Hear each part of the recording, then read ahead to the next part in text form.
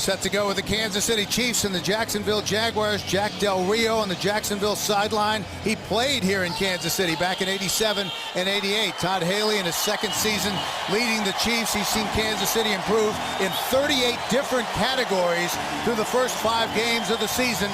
Trying to come back this week after close losses in the last 2 games against Indy and Houston. Jacksonville won the toss and they'll receive. They'll have the football to start the game. Deji Kareem is back deep. And we are underway at the new Arrowhead Stadium. Taken at the 6 by Taekwon Underwood. And Underwood brings it out to about the 28-yard line. 38-year-old Todd Baumann. And his head has to be spinning in what was a whirlwind week, and now he'll just try to slow everything down, making just his 7th NFL start. And Bill, I imagine he's a little anxious right now, maybe even a little nervous. And I think it's going to be really important for his teammates to rally around him and help him get off to a good start. This isn't a place where you want to get behind early. And here we go. 5 days ago, he was on a tractor at home in Minnesota. Now he's starting in the National Football League. 1st and 10. Maurice Jones-Drew, right side. Gets it to the 30. Brandon Flowers made the stop. Jacksonville offensive line. Monroe and Britton have started since being taken 1 and 2 a year ago. And they will, of course, rely on number 32, Maurice Jones-Drew, to get this offense going today. Mercedes Lewis leads the Jags with 5 touchdowns this season. Maurice Jones-Drew, 5th in the AFC in rushing, coming in with 463 yards, but just 1 rushing touchdown. 2nd and 8. Baumann will throw. Tipped and incomplete, in and out of the hands of Mike Sims-Walker. Kansas City defense had played well until the 4th quarter last week against Houston. Up front, Glenn Dorsey, the former number 1 out of LSU.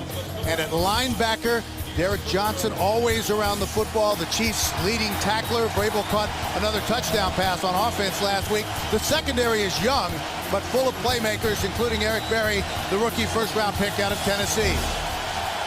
So 3rd and 8, opening possession for Jacksonville. Baumann from the shotgun.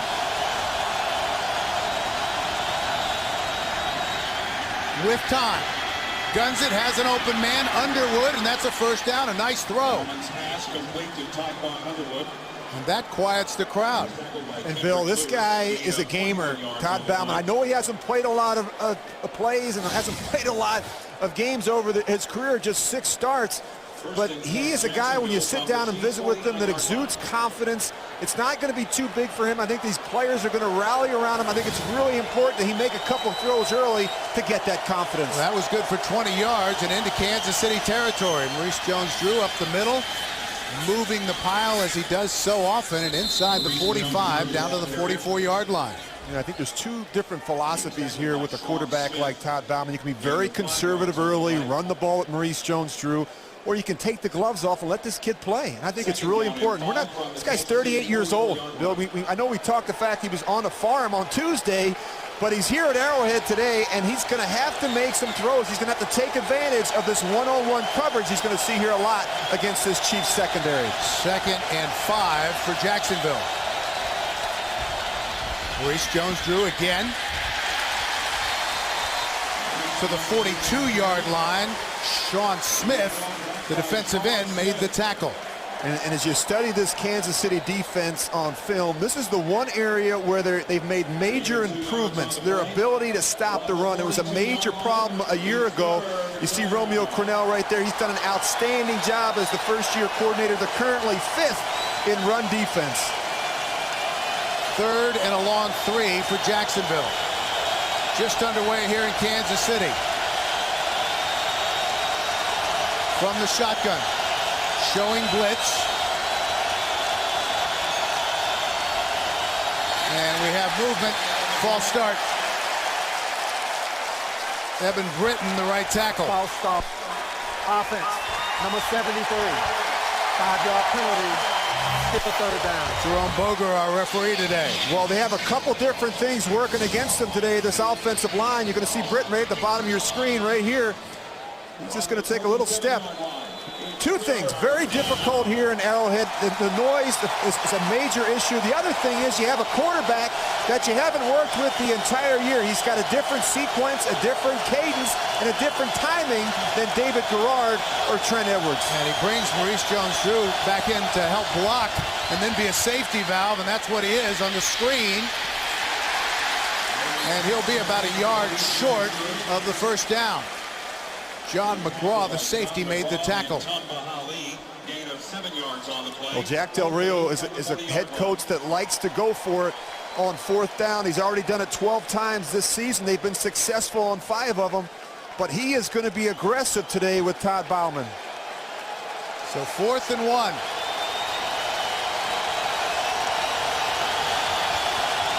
Power I, quarterback sneak, and he's got it.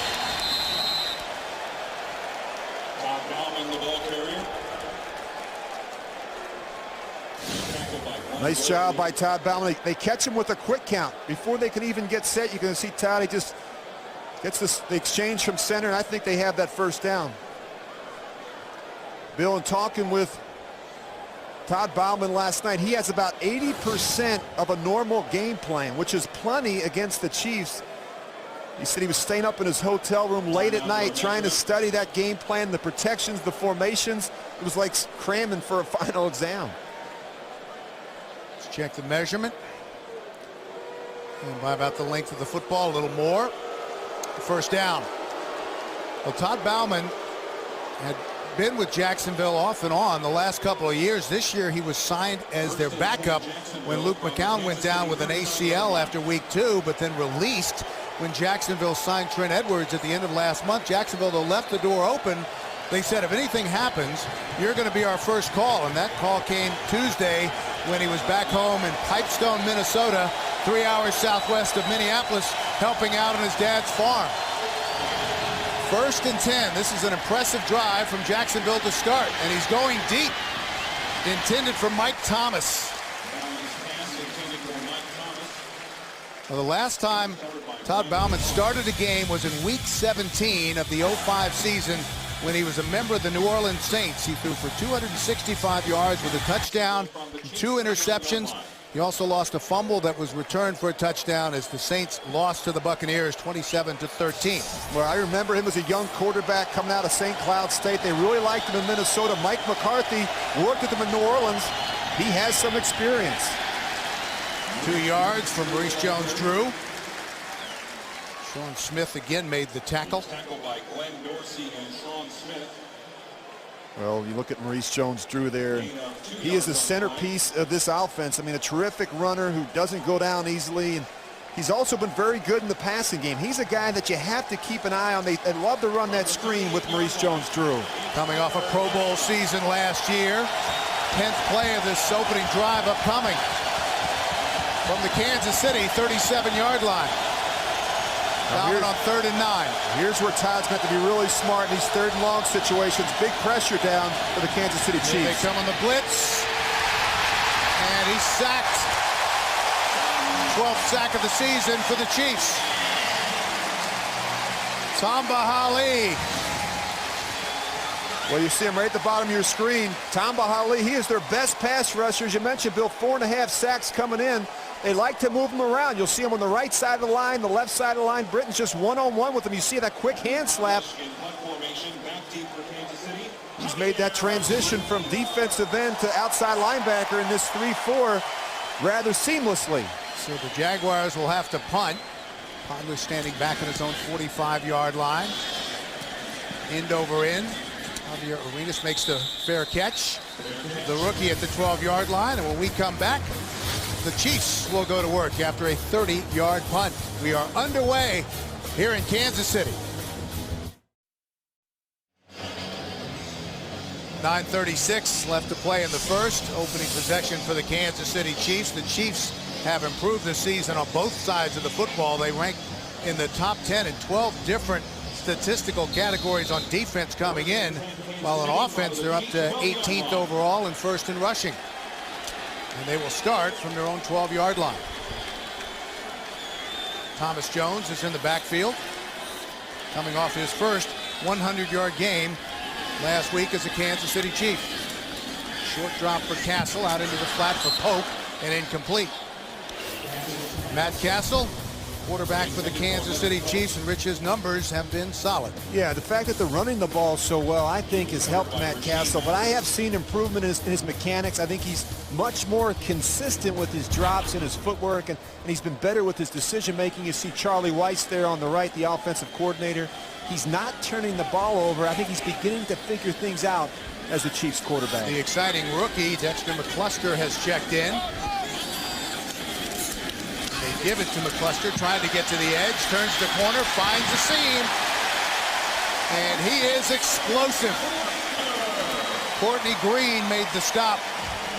Chiefs offensive line has been one of the best in the NFL this season, opening holes for the league's top running game and allowing only 4 quarterback sacks. Jamal Charles and Thomas Jones have been outstanding, splitting carries at running back. Dwayne Bowe coming off his first 100-yard receiving game of the season. First down for Kansas City. That was good for 11 yards. Bill, you can just feel the speed of Dexter McCluster. They're a much faster football team now. They've added a number of weapons in this past draft that has really helped this football team. McCluster stays in the game and gets it again. Nice move back inside, and another hole on another first down for Kansas City.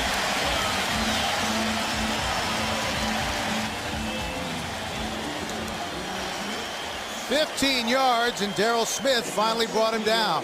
And Bill, we talk about speed kills, and that's what Dexter McCluster has. They really like this guy. They're trying to get him more involved in the offense each and every week. You'll see him as a receiver. They'll put him in the backfield. Just watch him freeze these linemen. You see Aaron Campman there. He's got no chance. And then, of course, he gets out in front. He's got great speed to get up on the second level. Todd Haley just couldn't say enough good things about Dexter McCluster. Thinks he's going to have a tremendous career. Chiefs take a timeout. 8:07 left in the first. No score in Kansas City. Chiefs burned a timeout. 1st and 10 from their own 38-yard line. Thomas Jones is back in the game. Cox, the fullback, was the motion man. Castle will throw on first down, and he's sacked. Aaron Campman. Aaron Campman on the sack. Well, the Jags have had some issues defensively, ranked 27th overall. Campman, who just got the sack, his 4th of the season. Alou is the rookie out of Cal. At linebacker, Morrison is the former Raider. 5 straight seasons of 100 or more tackles. Jacksonville has really struggled with pass defense, especially at safety. Today they're going with 2 of the young guys in Green and Carey. So 2nd and 13 after the sack. Jones remains in the game. They give it to him, taking his way through and out to the 39-yard line. And let's take a look now at Gannon's MVPs, most valuable points. Well, for Jacksonville to be a top defense, they need to be better at each level. More production out of their front, more impact plays from the linebackers, and much more consistency from the secondary. And for Kansas City, you have to continue to find ways to feature Dexter McCluster. He can do so much for your football team because he is so versatile, and he has great quickness and playmaking ability. He is an incredible talent. McCluster is back in the game, and he is in the slot, bottom portion of your screen, on 3rd and 8. Castle with time, checks it down, and Terrence Copper couldn't bring it in. Incomplete. The Chiefs will have to punt.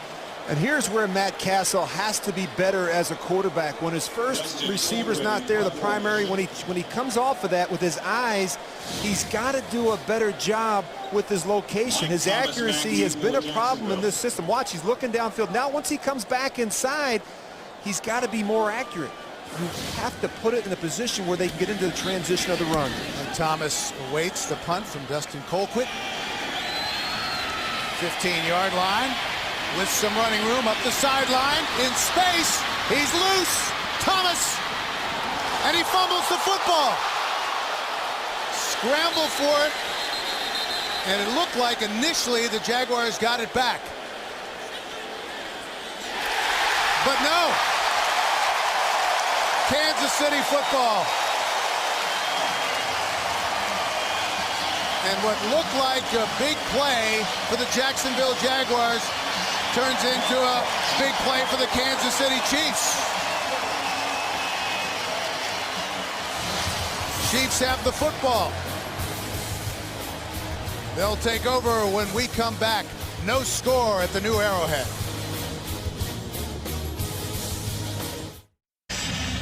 We're back, and let's take another look at the fumble.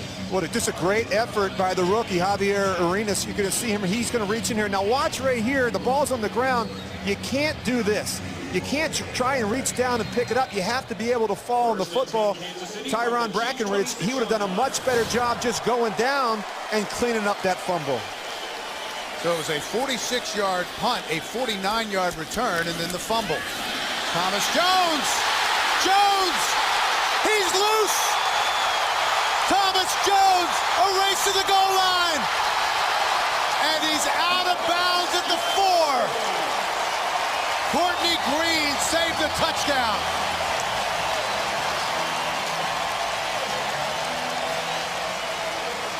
Well, the Chiefs are so much better up front, but you just have to be out of a gap right there, wrong angles, and now all of a sudden Thomas Jones is off into the secondary. This Jacksonville defense, Bill, has been gashed by giving up big plays. It's been a big problem throughout the season. How about Thomas Jones, though? You think of him as a power runner between the tackles, but he still has some speed on the edge. A 70-yard run. First and goal for Kansas City. Jamal Charles is the deep back. And they give it to Charles. Cutting back inside. Touchdown!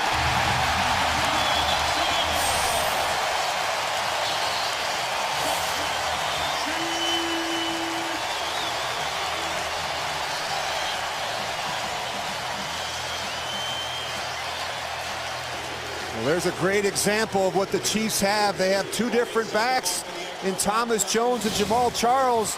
They both have different styles, but they both have the luxury of running behind a very good offensive line. I think they're much stronger up inside. Casey Wigman has made a huge difference. Ryan Suckup wanted to try the extra point. And the Chiefs draw first blood after a 70-yard run by Thomas Jones and a 4-yard touchdown run by Jamal Charles. 7-0 Kansas City. Great action early here in Kansas City, and the Chiefs coming in, the #1 rushing team in the National Football League. They've already had 3 different backs contribute. McCluster, the rookie, with runs of 11 and 15 yards. Jones had the 70-yard run to set up the 4-yard touchdown run by Jamal Charles. Underwood from the 4-yard line. And a nice return out to about the 35. And that is where Todd Bauman of the Jacksonville Jaguars will go to work, trailing 7-0 when we return to Kansas City.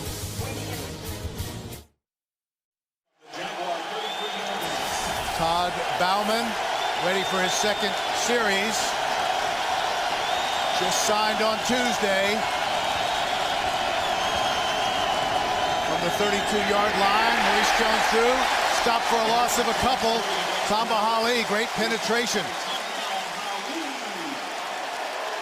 Well, Todd Bauman's family drove 4.5 hours down to see him today from their home in Minnesota. His wife, Courtney, and his son and daughter, Aiden and Avery. And there they are. Somehow they were able to come up with number 4 Todd Bauman jerseys. I'm not sure how they did that. They were pretty fired up. They stopped into our production meeting last night.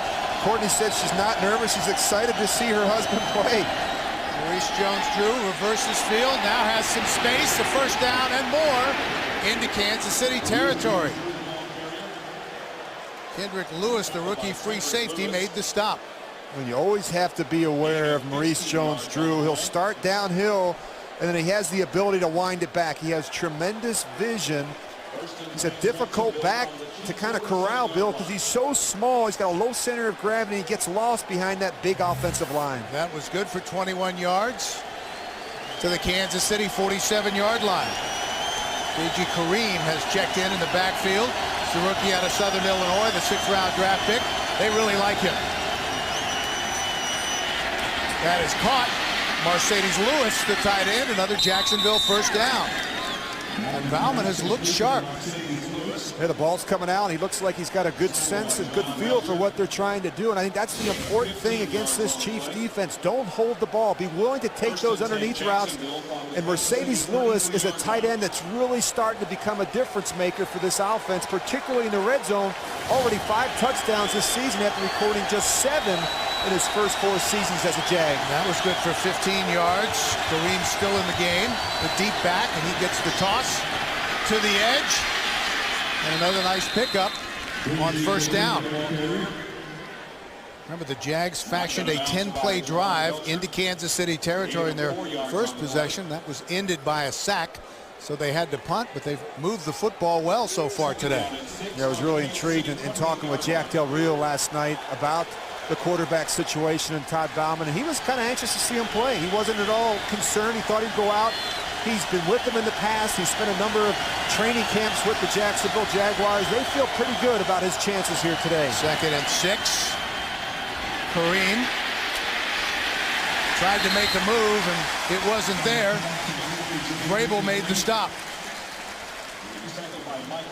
That'll bring up 3rd down. You know, I remember sitting down with Mike Vrabel in his first game last year. We got a chance to do it in Baltimore, and I said, what do you have to do in Kansas City to turn things around? And he said, the Arrowhead advantage. I heard about it when I was in New England.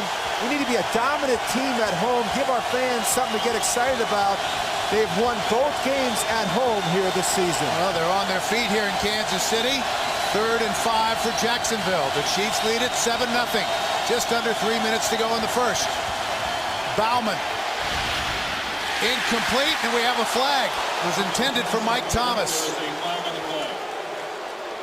Brandon Flowers had the coverage. We could have pass interference. Illegal hands to the face. Defense, number 24. 5-yard penalty, automatic, first down. And they call it on Flowers. Todd Haley wants 2 physical corners, and he has them in Brandon Carr and Brandon Flowers. Brandon Flowers trying to be physical on the line of scrimmage with Mike Thomas, trying to jam him off his release. So a fresh set of downs for the Jaguars. Maurice Jones-Drew is back in the game. Pump fake from Bauman. Lewis had him on the slant and couldn't pull it in. Kendrick Lewis had the coverage. And this is unfortunate because they got the look they wanted. Todd Bauman's going to move the safety. He comes back plenty early, but this is what happens, Bill, when you don't have the reps in the system, when you haven't had a lot of work with a guy like Mercedes Lewis, particularly in this part of the field. Things happen quicker, and that's going to be a struggle for Todd Bauman throughout this day. Well, that says it all. 1,700 days it's been for Todd Bauman until today. Pressed into action. Maurice Jones-Drew swarmed under. The ball was loose, but they had already blown the whistle. Derek Johnson, who leads the Chiefs in tackles, led the charge there. Well, I really like when you study the film what I've seen out of Derek Johnson today. First of all, they don't block him. That's the first issue you have, but he's really reinvented himself in this defense. As I said, he leads a team with 53 tackles. He struggled to find a role with this team after being a first-round pick in 2005. One of his problems was his inability to stay healthy, but he is really playing well for Romeo Crennel. 3rd and 15. Underwood. And that's going to be short of a first down. They get it down to the 17-yard line. Well, completions are a good thing for Todd Bauman, particularly in that situation, Bill. 3rd and 15, you're thinking about getting some positive yardage, help your field goal kicker. Last thing you want to do in that situation is take a sack. So Josh Scobie is on to try a 35-yard field goal. Boy, he has been clutch this year. He has not missed a field goal try this season. 11 of 11 coming in. 9 of 9 from 40-plus yards. And he's got that one with plenty of leg. So the Jacksonville Jaguars are on the board. 35-yard field goal by Josh Scobie, who's 12 of 12 now this season. America's #1 network. So 7-3 after the Scobie field goal, 1:13 left to go in the first. Javier Arenas is the deep man, standing back at the Kansas City goal line, awaiting the kick from Scobie. Deep kick, 3 yards deep in the end zone. Arenas is going to bring it out. Gets it across the 20 to about the 23-yard line. And let's take a look now at Gannon's film study. Well, Kansas City Chiefs are fortunate to have two very good backs who both bring a little something different to the mix. Jamal Charles has that exceptional speed and great vision. He wants to get outside on the perimeter where he can use his speed. On the other hand, Thomas Jones prefers to work inside between the tackles. He's a very patient runner who knows how to finish. Two very different backs, but both have combined to make this the #1 rushing offense in football. Jamal Charles has checked in. And they get it to that talented tight end, and he's got a big gain on first down to the 38-yard line. Tony Moeaki, the rookie out of Iowa, the 3rd-round draft pick. Bill, I really like Tony Moeaki. He has caught everything thrown his way so far this season. He's made a number of spectacular catches. Personal foul, shot block, offense, number 54. Pass it distance to the goal. Ryan Waters, the 4-time Pro Bowler, so they'll bring it back.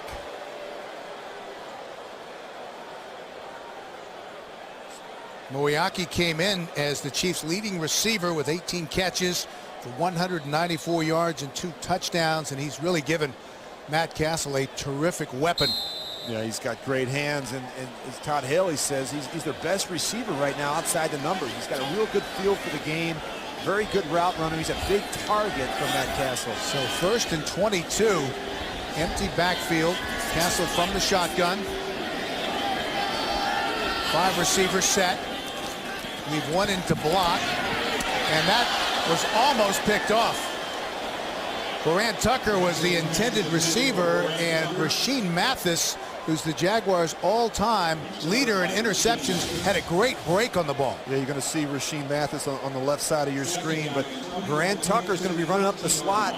Grant Tucker was on the practice squad last week. They have no problems here in Kansas City bringing players up, not only bringing them up, but have them play a major role in the game plan.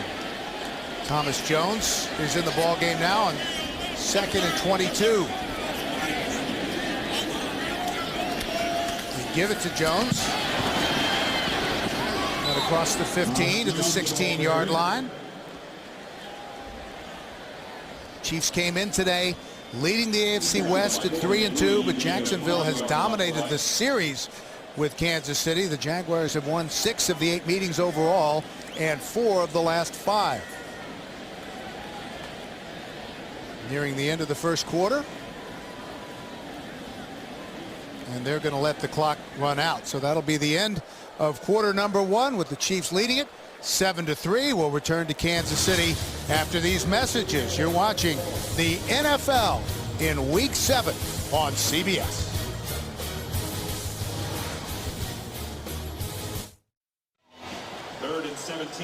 Ready to start the second quarter. Kansas City with 110 rushing yards in the opening period. 70 on that run by Thomas Jones. Facing a 3rd and long here as we start the second. From their own 17-yard line. They give it to the rookie, McCluster. And that time couldn't quite get around the corner. So Kansas City will have to punt.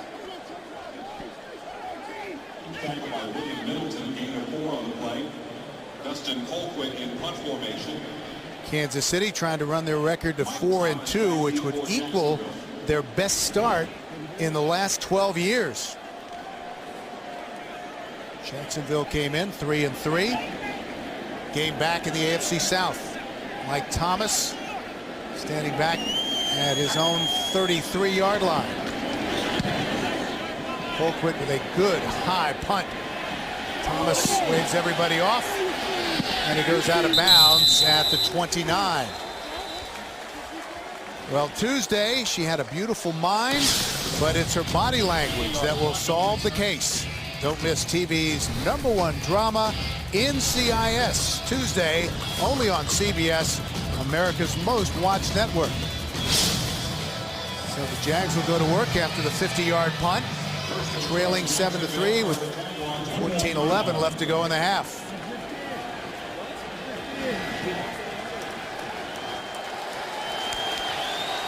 Jaguars have won 2 of their last 3, but they're trying to come back after their worst home loss in franchise history Monday night against Tennessee, 30-3. And incomplete. Mercedes Lewis, the intended receiver. You get a good look at Mercedes Lewis. He looks much thinner to me. He's leaner. He looks quicker in and out of cuts. This one is a little bit of a force right here. You're going to see Bauman. I mean, got in and out coverage there with the linebackers. And when you throw the tight ends, you got to put it on them. You can't lead them into that head-on collision. 2nd and 10. Jones drew the deep back.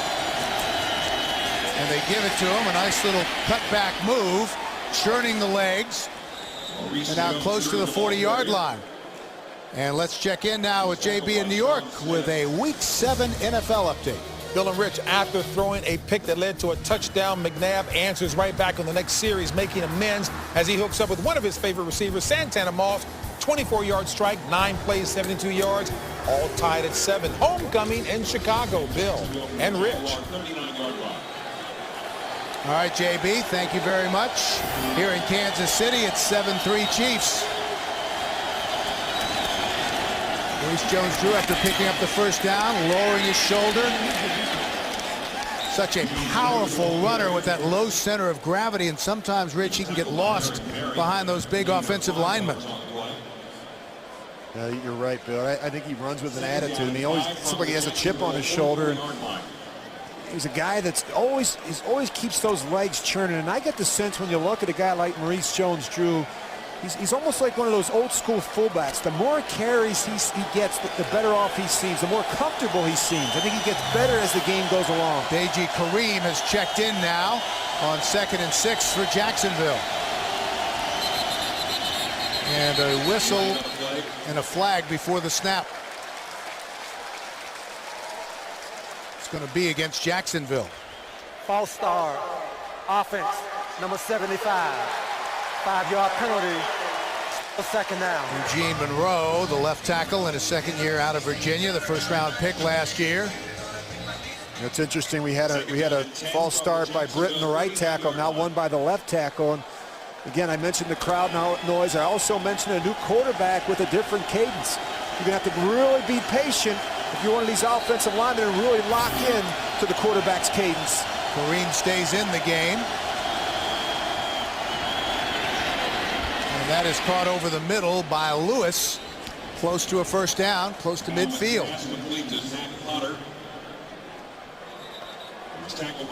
You see Todd Bauman, a little bit different than you think about him last week, Bill, on the farm and working with the high school kids, helping his brother coach, and now all of a sudden he gets knocked down by Tamba Ali. Jack Del Rio was telling us last night, I asked how his arm was. He said he looked good. He said he's been throwing to those high school kids up there in Minnesota. And a lot different out here with the speed.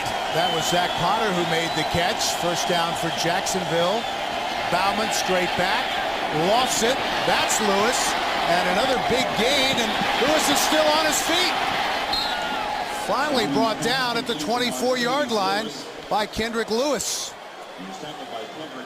Well, both of these tackles right now are having a hard time with Tamba Ali. You're going to see Todd Bauman does a nice job stepping up and giving Mercedes Lewis a good throw. Those deep crosses, he runs those routes real well. He's got a great sense and feel for the type of coverage, and he's a big target for Todd Bauman. That was good for 26 yards, and again, this Jacksonville offense moving the football. Jones-Drew down close to the 20-yard line. Sean Smith made the tackle. Well, this is a hard team to figure out when you look at Jacksonville, Bill, and I went back and watched the tape. of the Monday night game last week, the 30-3 loss, their worst home defeat in franchise history. And Jack really felt like, for the most part, his defense played really well. The offense had some chances. The turnovers really killed them in this part of the field. They had 4 turnovers, and as Dirk Cutter told us last night, the offensive coordinator, we got down inside the 15 3 times and came away with no points. This is their 3rd straight drive into Kansas City territory. Nothing there. J.G. Kareem, who injured his thumb in the preseason, was inactive for the first 4 games, made his NFL debut against Buffalo, and since then has 215 all-purpose yards coming in this week. Javon Belcher made the tackle. You see Romeo Cornell right there. Bill, I was really impressed. You and I talked about this at practice on Friday. I thought the tempo was outstanding. The Chiefs actually practiced in the stadium on Friday to get used to the game-like conditions. They had the crowd noise pumped in. The tempo was outstanding. 3 wide receivers to the left, showing blitz, and here they come. Bauman. Touchdown, Maurice Jones-Drew. And how about that? This is really a great design by the Jacksonville Jaguars. What they want to do is they want to get Maurice Jones-Drew matched up on Mike Vrabel. And you're going to see Vrabel's right here at the end of the line of scrimmage, and Maurice Jones-Drew is just going to go right by him. Nice job by Todd Bauman realizing the matchup. The running back on the linebacker, he puts some air on it and gives Maurice Jones-Drew a perfect throw. 18 yards from Bauman to Maurice Jones-Drew. Scobie on to try the extra point. And the Jacksonville Jaguars take the lead. 10-7 with 9:38 left to go in the half. And the family, Courtney and the kids, Aiden and Avery, they love it in that sea of red. 8 plays on the scoring drive, 71 yards. And if you're a Jaguars fan, maybe you're saying, where the heck has Todd Bauman been all this time? He's looked great in running this Jacksonville offense. Arenas feels it at the 11. Spun down at the 27-yard line. Well, we had Bauman and Rich. What do you think so far? He's been pretty good. Well, we had questions. He looks very comfortable right now. That team really rallying around Todd Bauman. Well, Founders Plaza here at the new Arrowhead Stadium, and Lamar Hunt, a welcoming symbol of this great franchise. And Rich had a chance to get to know Mr. Hunt over the years, and he was a great man, a real gentleman, and obviously the inspiration behind this team and these great fans here in Kansas City. Yeah, Bill, and I had the chance to play for Mr. Hunt here in Kansas City for 4 years. And you mentioned a pioneer and just an outstanding gentleman. Always would come in the locker room, whether we won or lost, and make sure he shook all the players' hands. I do miss Lamar Hunt. Jamal Charles has checked in. Chiefs go to work, trailing by 3. They pitch it back to Charles. And he's brought down at the 30, and we have a flag.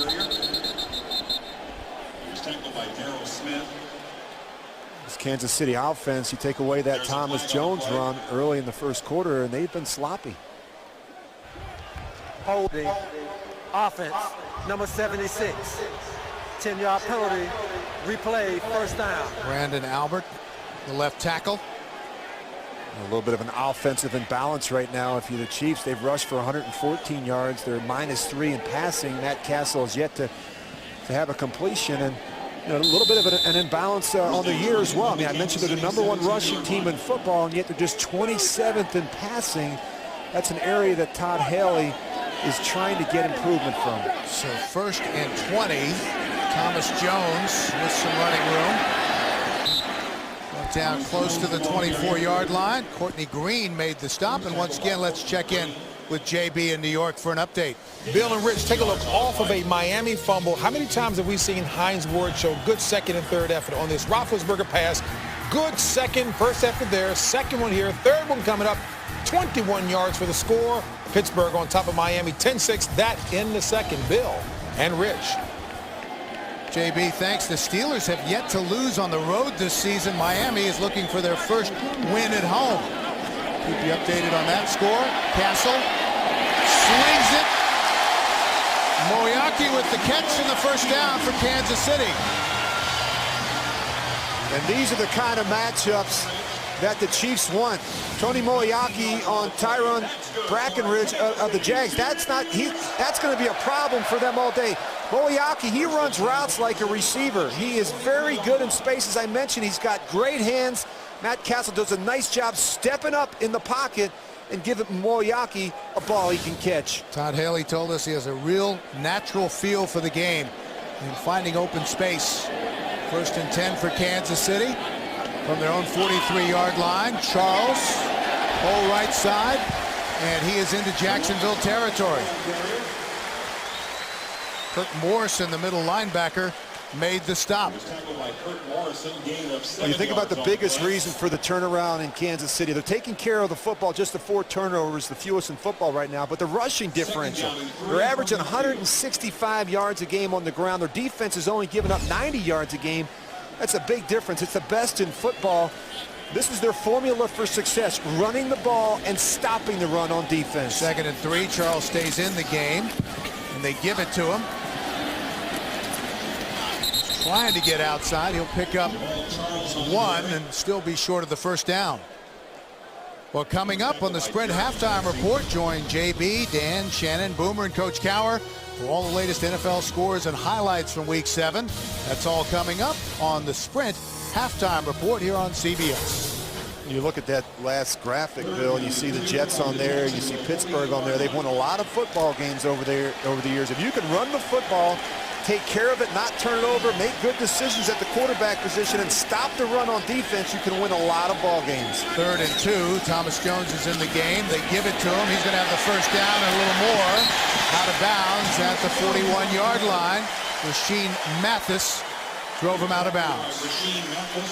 Yeah, I think one of the reasons why they're a much better rushing football team is they got Casey Wigman back inside. Of course, they went out and got Ryan Lilja. And I think they're much more athletic. You're going to see Lilja right here. He's going to get out on the edge, and they're just going to run the ball, the bounce play. And Lilja's an athletic guard that can get out in front, and Thomas Jones, a patient runner. You don't think of him as a perimeter runner, but he still has very good speed. Jamal Charles is back in. Lilja, by the way, 6 seasons with the Colts before rejoining the Chiefs. And that will be a loss of a couple. Terrence Knighton with great penetration, and he was in the backfield. Well, I love this football team. I love watching them run, and they do it with a number of different backs. You see Dexter McCluster, he gets a touch. Then it's Thomas Jones. He breaks off the big 70-yard run, and of course, Jamal Charles comes in to finish it off. And Bill, you always have a back in the game who's fresh. They have a number of different backs that they keep mixing through there. It makes it very difficult for a defense. 2nd and 13 for Kansas City. Castle, deep drop to the sideline, and that is caught. Dwayne Bowe with his first reception, a first down for the Chiefs. And that's one of the benefits when you run the ball so well. Off of that, you can get some big shots down the field, whether they be with straight drop or the play action game. Dwayne Bowe has worked very hard this offseason on his consistency. He had a problem the first couple years with drops. He's trying to work on that specific area of his game. Coming off his first 100-yard game of the season, 108 last week against Houston. Jones down to the 20-yard line. You're going to see a lot of 8-man front out of Jacksonville today.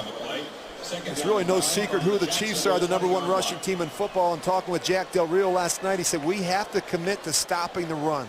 And if it means bringing extra defenders up around the line of scrimmage, we're willing to do that. And the Chiefs now bring in their speed package. They've got Jamal Charles in the game, along with Dexter McCluster.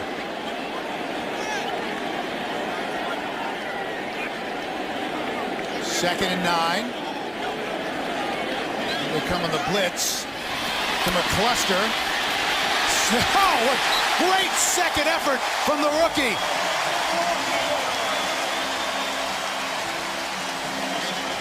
And it's really not that hard. I mean, this is a simple pass, a little shoot route to Dexter McCluster.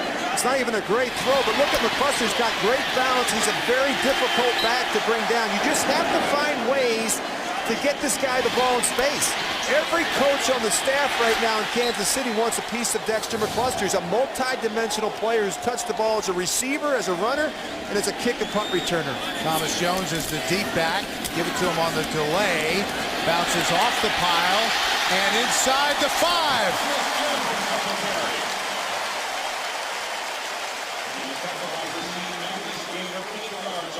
Well, I think it's really important to know what back is in the game, but regardless, all of these backs here in Kansas City, they're very slippery.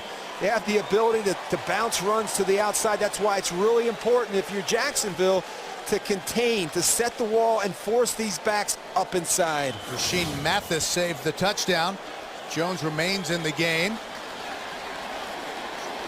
2nd and 2 from the 3. Jones again. Thomas Jones on the carry. And he'll be, depending on the spot, just short of the first down. Get a look at Mike Vrabel coming in the game, and if you're Jacksonville, you always have to be alert for Mike Vrabel in this part of the field. Got 10 career catches, Bill, all 10 for touchdowns. Guy is very sneaky in this part of the field. They had just announced him as an eligible receiver. So 3rd and 1. Jones is the deep back in the power I. Trying to find a hole. He cuts it back. He's stopped short. Kirk Morrison hit him hard.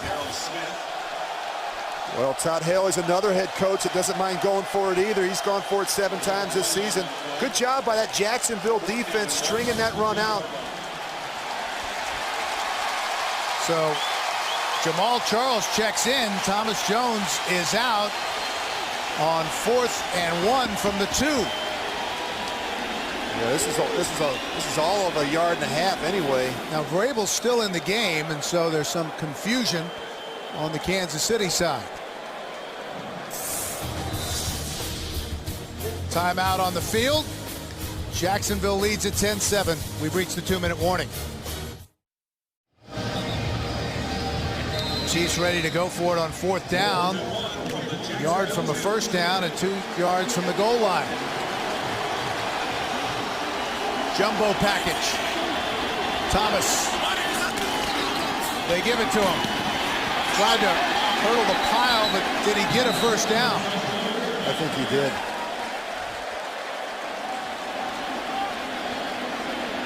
Ball came loose, but the official said that the whistle had already blown.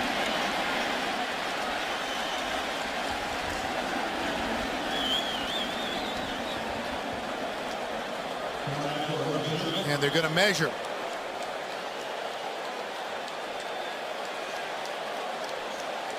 Well, it's going to be, I think he's got it. I think he's got it by about an inch.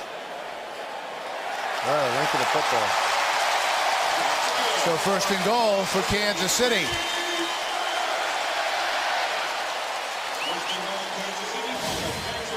Well, they love that power play. Nice job by the fullback, Mike Cox, and then a good effort here by Thomas Jones. You see him put that ball forward.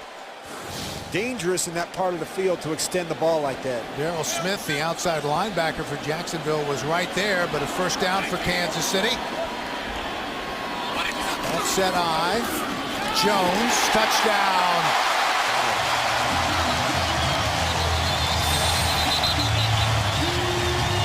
Well, that ball, I think he crossed the goal line, but that ball came out afterwards. He's got to be careful extending that ball, Bill, when he's diving forward. Just takes one hand to knock it out. You're going to watch Thomas Jones. He extends the ball right there. I think he's over clearly, but then it hits the helmet and the ball comes out. But you got to be careful there. This is a dangerous play to extend the ball like that on the goal line. So touchdown Kansas City. They regain the lead. Trying to make it a 4-point margin. Here's Ryan Suckup.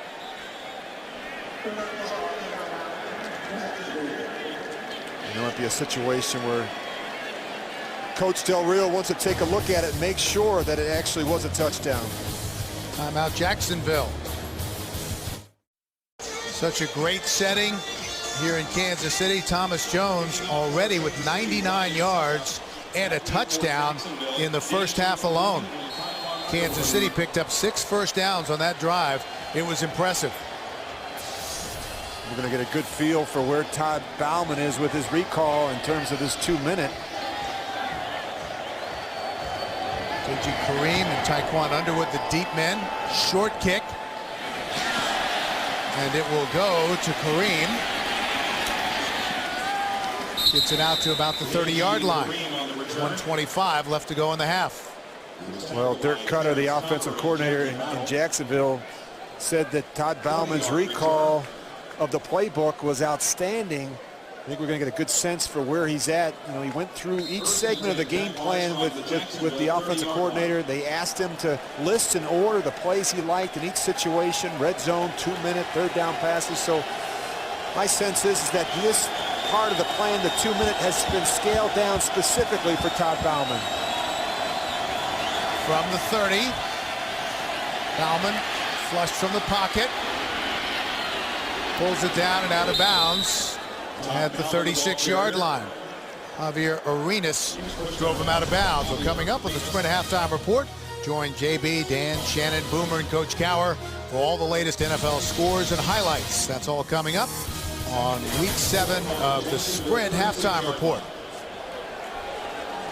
2nd and 4, 1:17 remaining. Spotted at the Jacksonville 36-yard line. Underwood, the motion man. Bauman, short drop, the slant. Mike Sims Walker, and he's out across the 45, close to the 46-yard line. You know what's really been impressive? There's no indecision when you watch Todd Bauman. I mean, the ball is coming out quick. He knows right where to go with it. He's seeing the defense. I've been really impressed with what I've seen so far out of Todd Bauman. Inside of a minute remaining in the half. Bauman. And that was a dangerous throw. Was it a catch? Yes. Mike Sims Walker, they rule it a catch over Brandon Carr and into Kansas City territory. And he intentionally threw this on the back shoulders. Good coverage, as you mentioned, Bill, but look at this concentration on the boundary. You'd think that these two were working together the entire season.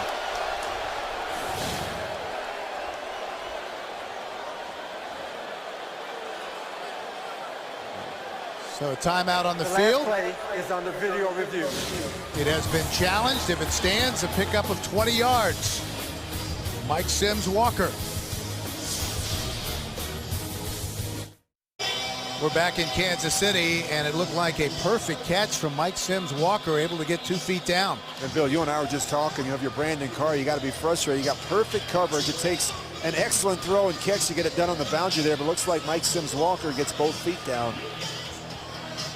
Out of bounds at the 35-yard line, and 49 seconds left to work with. After the play, the ruling on the field is confirmed with a complete catch. The receiver maintained possession of the ball and got first down Jacksonville. Now, if I'm the play caller in Jacksonville, I'm going to be constantly talking in the ear of Todd Bauman, reminding him of the situation. Remember, he's been out of football for a while now. 49 seconds left. You got a timeout. Incompletions here won't kill you. You got to be smart. We just can't afford to have a sack or a turnover. Bauman back at the 40-yard line. 1st and 10. They run the screen to Maurice Jones-Drew. He's got some running room. Back inside. And down to the 18-yard line. Maurice Jones-Drew. He was tackled by Derek Johnson. Jacksonville takes a timeout. 1 remains with 38 seconds left in the half. And you always have to be aware of Maurice Jones-Drew in the screen game. Simple pitch and catch, but boy, when he gets the ball out in space, he can really hurt you. And I really got to give credit to Jack Del Rio. That's a great place for a timeout. We did a game last week, Bill, you and I, out in San Francisco, and Alex Smith in a very similar situation doesn't take the timeout. They run off about 23 seconds. It's time you can't put back on the clock. There's other ways to stop the clock here. Incompletion, you can clock it. Very good use of a timeout in that situation. Good look at Dirk Cutter there in the middle of the screen. The offensive coordinator Talk about his week and how crazy it's been. He loses both the first and second string quarterback, David Garrard and Trent Edwards, and he's got to coach up a guy like Todd Bauman who came down from the farm.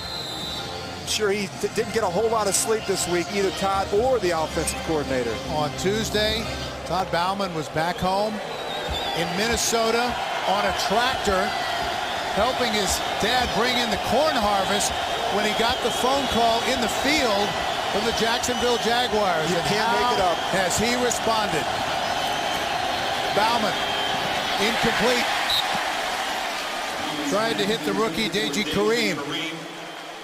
2nd and 10. Covered by Derek Johnson. And Bill, when we sat down and visited with Todd Bauman last night, I just got the sense that he felt really comfortable. I mean, it was almost as if he was not only was he thankful, but he was really looking forward to this opportunity. You know, he mentioned to us that, you know, he's got his wife and his 2 children here. His kids never really remember him as a quarterback when he was with New Orleans. They were too young to remember that.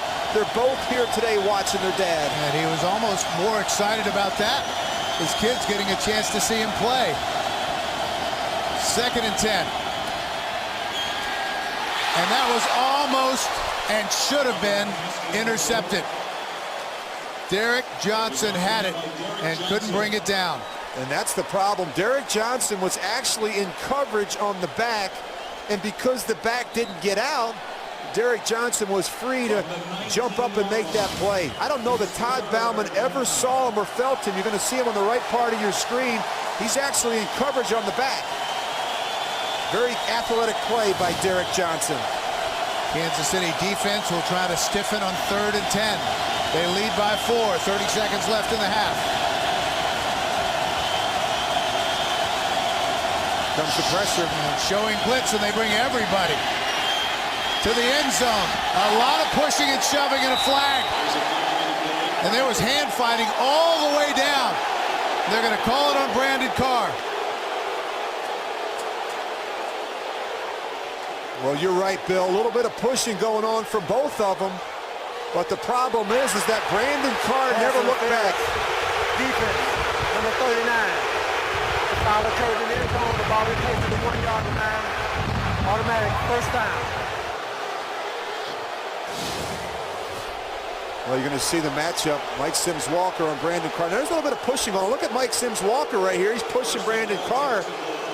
Boy, that could have gone either way. Look at this. He's got him by the jersey. Now watch right there. And you can see Todd Haley wasn't at all happy with that call. 1st and goal. Now they're all confused right now. Ray Jones is alone in the backfield. Short drop and incomplete. Intended for Mercedes Lewis. Eric Berry, the rookie, had the coverage. 2nd and goal. Well, that's the matchup they wanted. The big tight end, Mercedes Lewis, on the smaller Eric Berry. And these are the type of throws that Todd hasn't had the luxury of having, you know, the reps in practice. These throws that are very specific in this part of the field. The timing and rhythm just not there. 2nd and goal, 22 seconds left in the half. Maurice Jones-Drew trying to move the pile. No signal, and he'll be short of the goal line. Only 1 rushing touchdown this season for Maurice Jones-Drew. 11 seconds left in the half, and let's take a look at Todd Bauman's day so far. Well, he got off to a good start, makes that big 3rd down throw. I thought he's done a nice job getting everybody involved, mixing it up, putting some good touch throws, giving Maurice Jones-Drew a chance to make a play, throwing a touchdown there. 11 of 18 for 152 yards and 1 touchdown. He's been outstanding for the Jaguars. And we talked to Jack Del Rio, Todd Bauman last night, and we both kind of looked at each other because they both seemed very confident.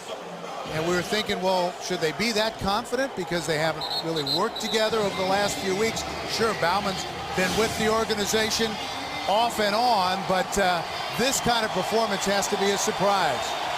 Another look at it. See if he crossed the goal line. And that's awfully close. Hard to tell because there were so many bodies in the way. Yeah, and he's not the biggest back to even find in that pile, Bill.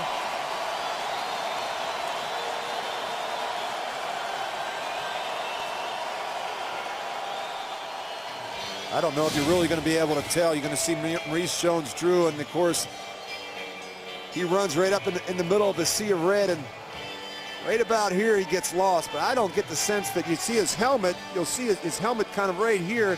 But I don't get the sense that the ball is actually over the line of scrimmage. Certainly you can't tell. He gets pushed back right there in the middle of that pile. You can see the official up the top's got a good look at it as well. And he has him about a foot short.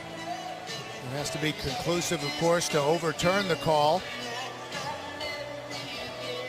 I don't care how many different camera angles you have in that situation. With Maurice Jones-Drew, when he gets lost in that big pile of big bodies. It's like he's 5'6" in every direction. He is one solid guy.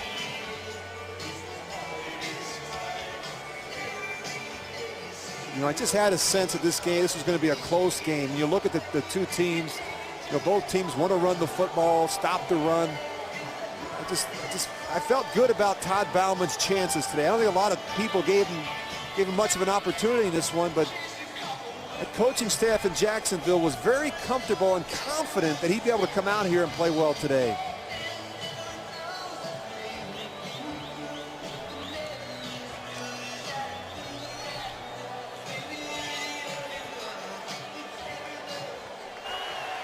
After reviewing the play, the rule on the field stands. The run is short of the goal line.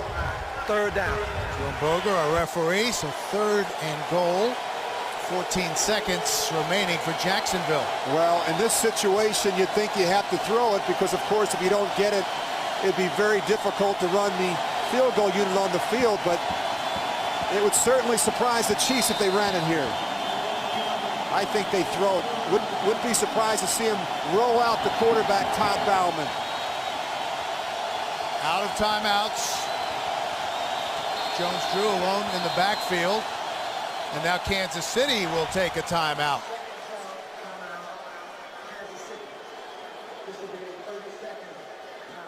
Giving Romeo Crennel a chance to see the cards. What Jacksonville was trying to do. Check out Mike Vrabel. This guy is unbelievable. You and I watched practice, Bill, on Friday, and I said that the tempo was great. Players were flying around. Really impressed with what I saw. There was a lot of coaching going on, and it wasn't just the coaches. It was this guy right here, Mike Vrabel. He is amazing. He's been excellent with the younger players. He watches film. He's like another coach on the field. And Romeo Crennel, of course, had Mike Vrabel in New England. He said he's been a tremendous asset. Still loves playing the game. His 14th year out of Ohio State. He'll go out and run with the scout team. Just loves being out there. Maurice Jones-Drew alone in the backfield. They're going to throw it. Corner of the end zone. Incomplete. Intended for Mercedes Lewis.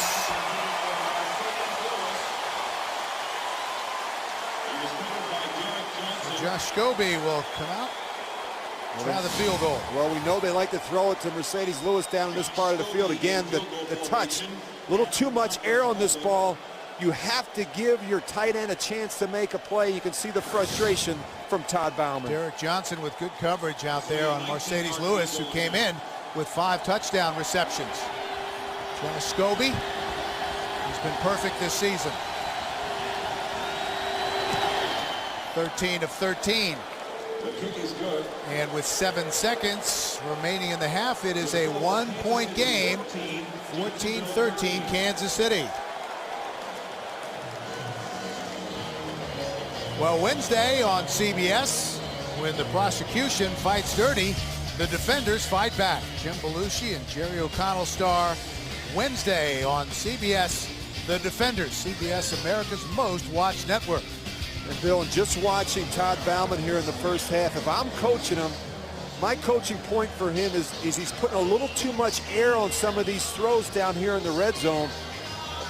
A little less loft. He needs to get the ball up and down a little bit more, and the ball's floating on him a little bit, and it's going to cause him a problem down the road. One of these safeties that have great range back there, a guy like Eric Berry is going to make a play on him. He's got to get it up and down a little bit quicker in that part of the field. Of course, all things considered, where he was 5 days ago, and Jacksonville coming off a very tough one-sided loss on Monday night.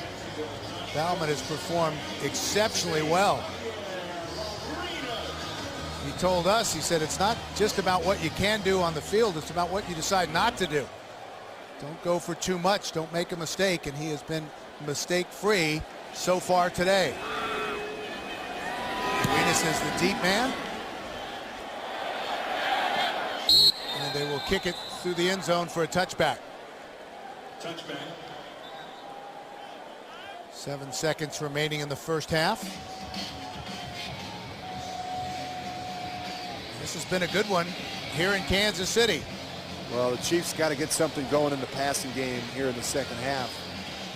We'll go in there at halftime and talk about adjustments. Matt Castle just 3 of 6 for 51 yards in the first half. They've been very run heavy. I think they need to start throwing the ball a little bit on first down.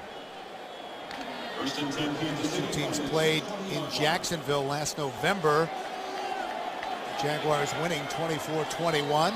They have dominated the series, winning 6 of 8. Jamal Charles. And that will be the final play of the first half. Our score, Kansas City 14, Jacksonville 13.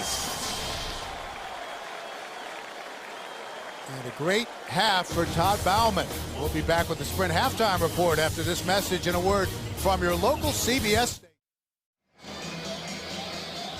We're back in Kansas City, ready to start the second half. 14-13 Chiefs. Bill McAtee along with Rich Gannon. It's going to be hard to keep Todd Bauman down on the farm if he keeps playing like he has so far today. Bill, it's really amazing. He's been outstanding in the first half. His numbers are good, and he told us last night, I need to get off to a good start, come in, make some decisions. But this guy, he's not afraid to pull the trigger. He's taken some shots. The most impressive thing, though, he's not turning the ball over. That's important for this offense. And let's take a look now at our All-State points of protection. Well, just the one turnover in the first half for Jacksonville, and that really came via the punt return from Mike Thomas. They got that cleaned up. And, of course, Kansas City, you talk about protecting the lead. They've struggled a little bit in the second half, but specifically in the fourth quarter. They've had fourth quarter collapses the last 2 weeks. They've been outscored 31-7 in the fourth quarter in losses to the Colts and the Texans last week. And the Chiefs will get it to start the third quarter. Javier Arenas awaits the Josh Scobie kick. And it goes out of bounds. So good field position to start for Kansas City. Kickoff out of bounds. Number 10 of the kicking team. Let's take a look at the ball be placed at the 40-yard line. First half numbers. Now you see the rushing differential, I mean, which has been typical for the Chiefs so far this season. You know, look at the completions there. You know, I think if I'm coaching Matt Castle, we got to get this guy going a little bit. You know, he didn't have a lot of opportunities in the first half. They just threw it 6 times. I think they need to throw the football a little bit in first down and soften up this front. From the 40-yard line, opening possession of the second half for the Kansas City Chiefs. Keep it on the ground. Jones goes over 100 yards and out of bounds, close to midfield. But then again, if you're going to get 8 yards on first down running the ball every time, maybe that's not a bad deal. But I still think you need to throw it. You're going to see as you watch the Jacksonville defense, they're going to start in a lot of these 2 deep shells in the secondary, and then they're going to roll one of those safeties down because they want to get 8 defenders up in the box. And when you do that, there's some real opportunities, some one-on-one opportunities on the outside lane against these corners. With Thomas Jones and Jamal Charles, the Chiefs came in as the only team in the league with 2 300-yard rushers through the first 6 weeks of the season. Charles is in the backfield. They'll throw. Castle wants to go deep. Bo! He's got it! Bo's still on his feet. Touchdown, Kansas City!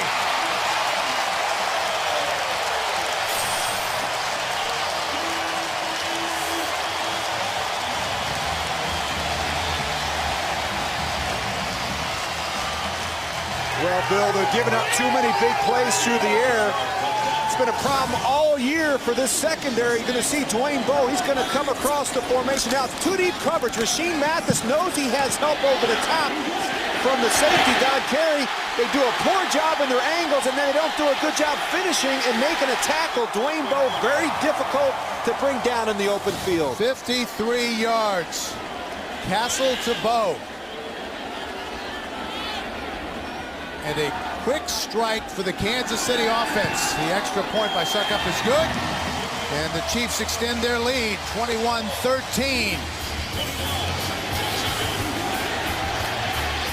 And how about that to start the second half for Kansas City.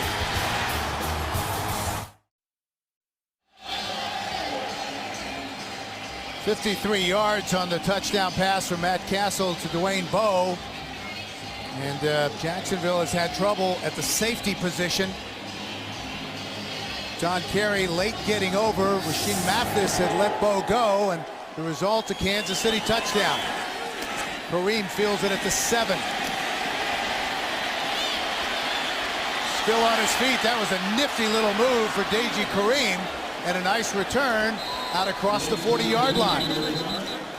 Ryan Suckup, the kicker, made the stop. Well, you mentioned, Bill, it's been a revolving door at the safety position, and they're giving up too many big plays through the air. You see right there, 15 touchdown passes allowed, 28 plays of 20 yards or more, and 9 plays of 40 yards or more. And it's been a problem. You know, they had Reggie Nelson and Gerald Alexander. They were shown the door the first week. They brought back Alexander after Sean Considine injured his hamstring. Anthony Smith was traded a couple weeks ago. 6 different starters at 2 positions in the secondary. Maurice Jones-Drew stopped at the 40 by Glenn Dorsey. The Jaguars have used 6 different starters at safety this season and 11 over the last 55 games, trying to find some guys who can play in the right combination. Today they went with the young guys, Courtney Green and Don Carey. They came in ranked 27th in the league on defense and 28th against the pass, but giving up a lot of big plays. A very unsettled position for Jacksonville. Loss of 2 on the previous play, 2nd and 12. Power I formation. Play action. Bauman's going to go deep. Mike Thomas, and a flag on the play. Eric Berry, the rookie, had the coverage. And you can tell from the crowd's reaction, the preliminary signal against Kansas City. Pass interference. Defense, number 29. Spot the foul, automatic, first down. And the problem with Eric Berry is he never looks back to find the ball. Watch, the receiver's actually going to push off. You're going to see Mike Thomas. Berry's trying to make the play. The problem is that Berry never turns back around to find the ball. The official will call that every time. So they spotted at the Kansas City 23-yard line. Big penalty for the Jags. Down by 8. Maurice Jones-Drew cuts it back. Just short of the 20. Well, there's been a number of big pass interference calls against this defense today. The good thing is Todd Bauman of the Jacksonville Jaguars is giving the receivers a chance. He's not shy. He's willing to throw the ball up there and give these receivers a chance to go up and make a play against this secondary. Bauman 1 and 5 in his career, 11 years in the league as a starter, but you came away impressed with him, Rich, last night. He has a certain swagger. Didn't sense that the situation was going to be too big for him, and that has been the case so far today. 2nd and 7. That's caught by Lewis. Brought down immediately after a short gain by Javon Belcher.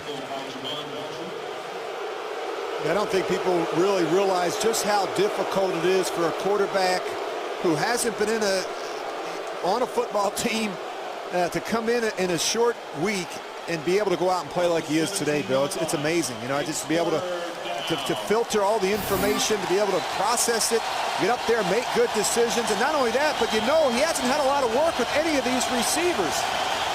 3rd and 4 from the 17-yard line. They have to get it to the 13 for a first down. Out to Zach Miller. And he's close to the first down. And he just looks so comfortable right now.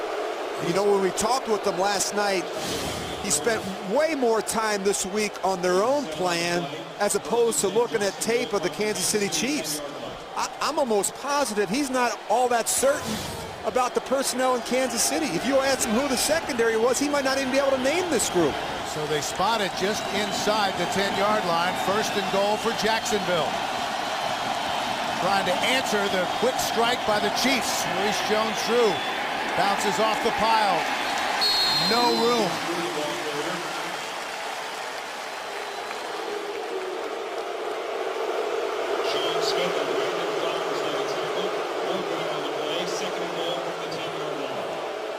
see the front of that Kansas City defensive line, and Sean Smith has done a nice job today.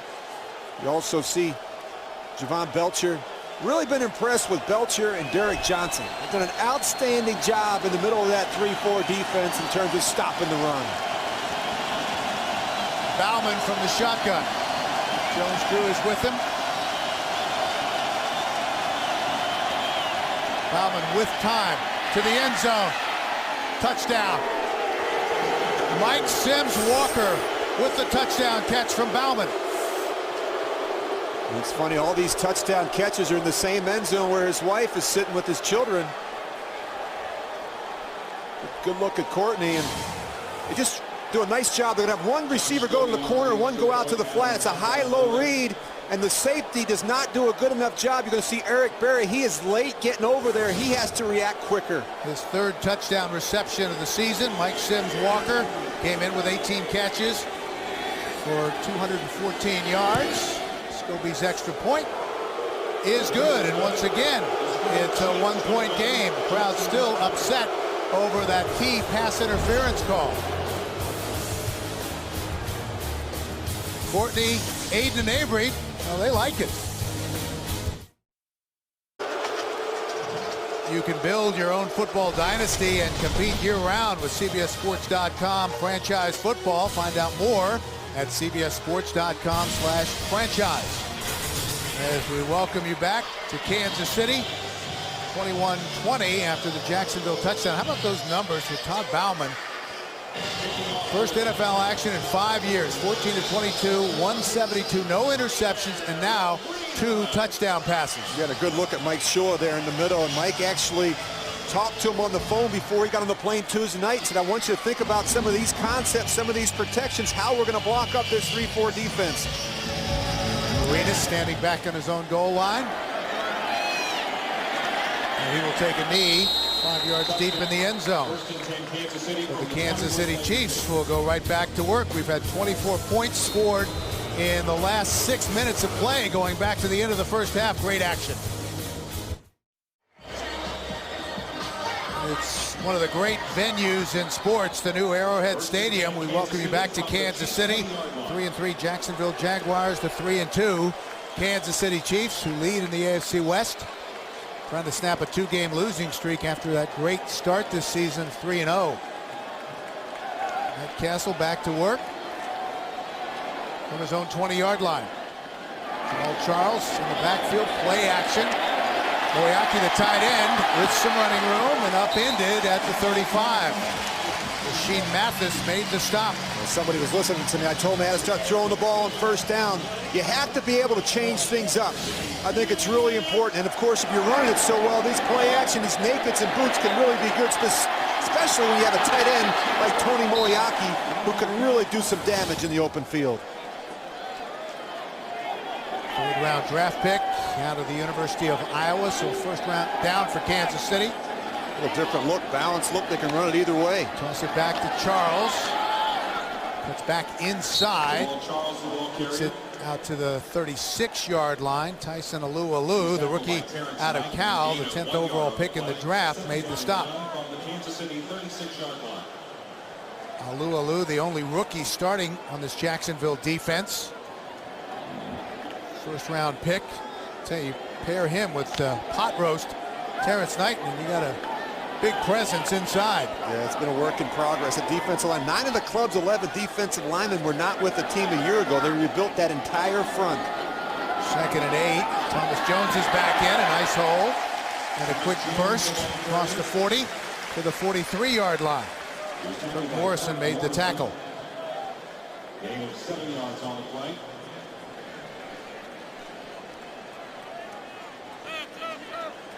Great 1-2 punch for the Kansas City Chiefs. Charles and Jones will complement on the field and off the field. Jones, the veteran, he's a pretty serious guy. You got Jamal Charles, who's a lot looser, younger guy. Dexter McCluster has checked in now. Charles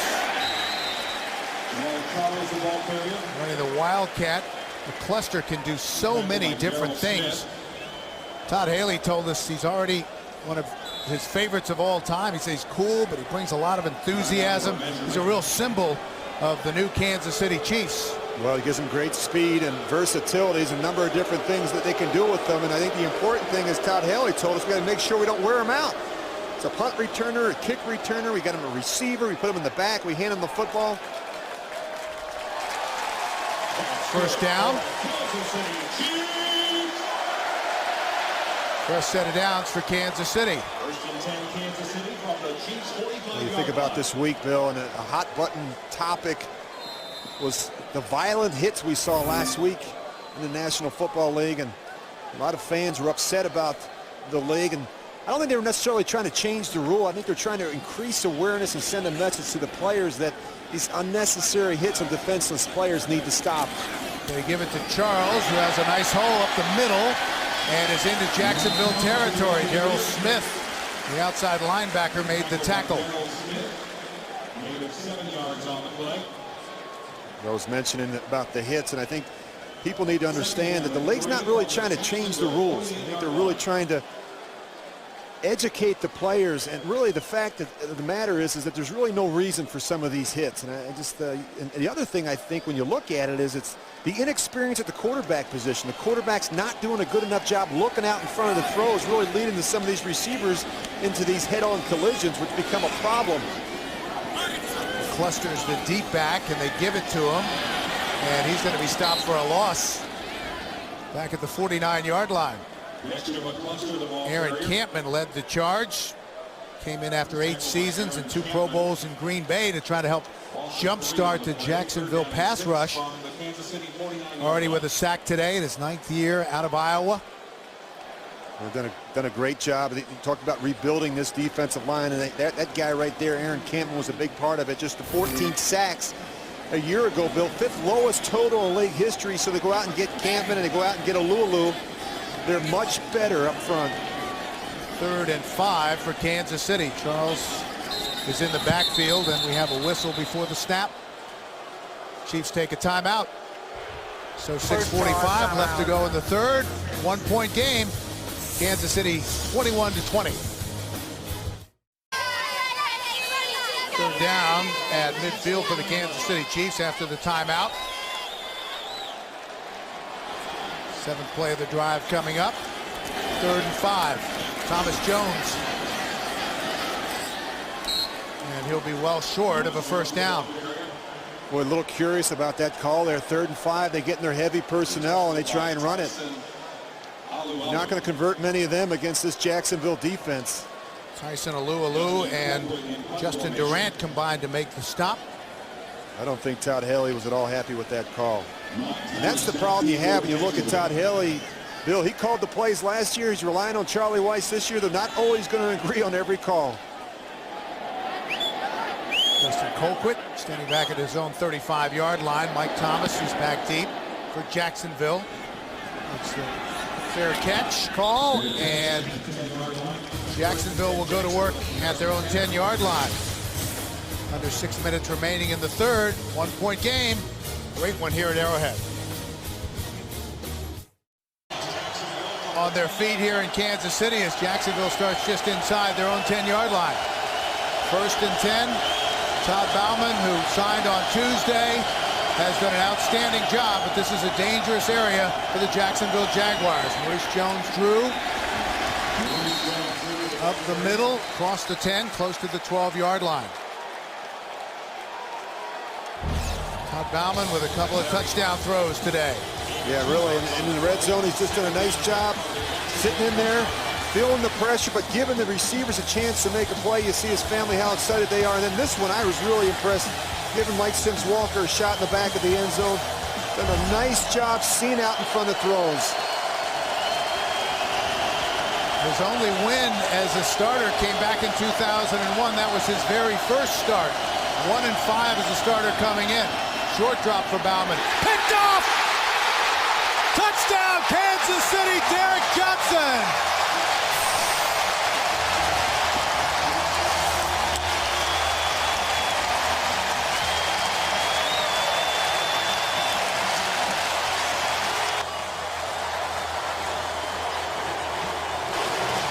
Bill, you were out in front of this, I got to give you credit. You talked about being careful here. He's late with his eyes. He never feels Derek Johnson when he comes back. He starts to his left.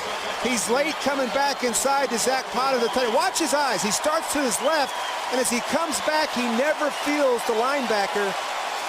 Bill, you were out in front of that. You said he had to be careful, backed up in his own end. He's been flawless so far. That one mistake really hurt him.